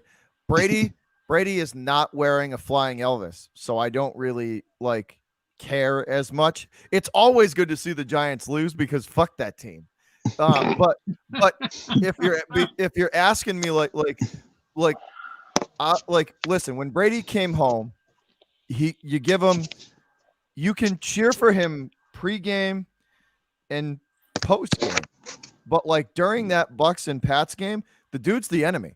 He's playing for the opposite team, man. Uniform and logo, so it's logo above all, dude. It's the team. Players come and go. You got to be loyal to your freaking team. Hey, just JD, remember good luck this. with your coaching hunt, okay? Good luck, JD. Remember this, though. The word buccaneer comes from the French word boucanier, okay, which means, if you look up the definition, it's a meat smoker. No, in history, boucanier were the guys who smoked meats that they could dry store on ships for the pirates until the pirates started getting less and they started recruiting boucanier. Meat smokers. That's pretty cool. You gotta have That's OG on again. I want to learn some more, man. We're gonna believe me, dude. When we have you on the show, when we get you on the show, we're gonna go through. It's gonna be a blast. We're gonna have a lot of fun. OG's got good. Oh yeah, we're gonna talk about history, bro. Yeah, throw together the script. For anybody watching on iHeartRadio, this was the fan takeover, guys. Me and JD are probably gonna do this once a year, where we just invite everybody on the podcast. Anybody's welcome to, or maybe a couple times a year. We're gonna bring it. We're gonna open it up to all of you guys and have you on and just talk to y'all. But this was the fan takeover of the I-90 Sports Podcast. Once again, thanks again to all the guests. Damien, who's in here, OG, who's in here. Thanks again, guys.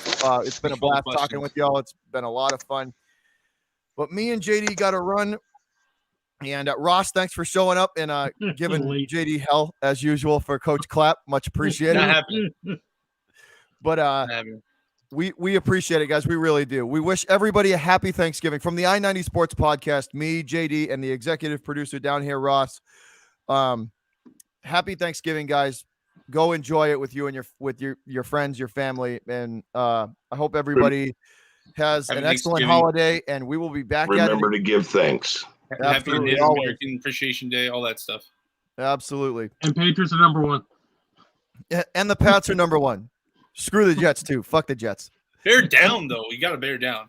And I was just gonna say, and hit him with it, JD, before we leave. Bear down. You got to bear down every week, even when we lose. And OG. Raider. All right. We love y'all. Peace out. We're gone. Everybody have a nice holiday. Happy Thanksgiving to everybody, guys.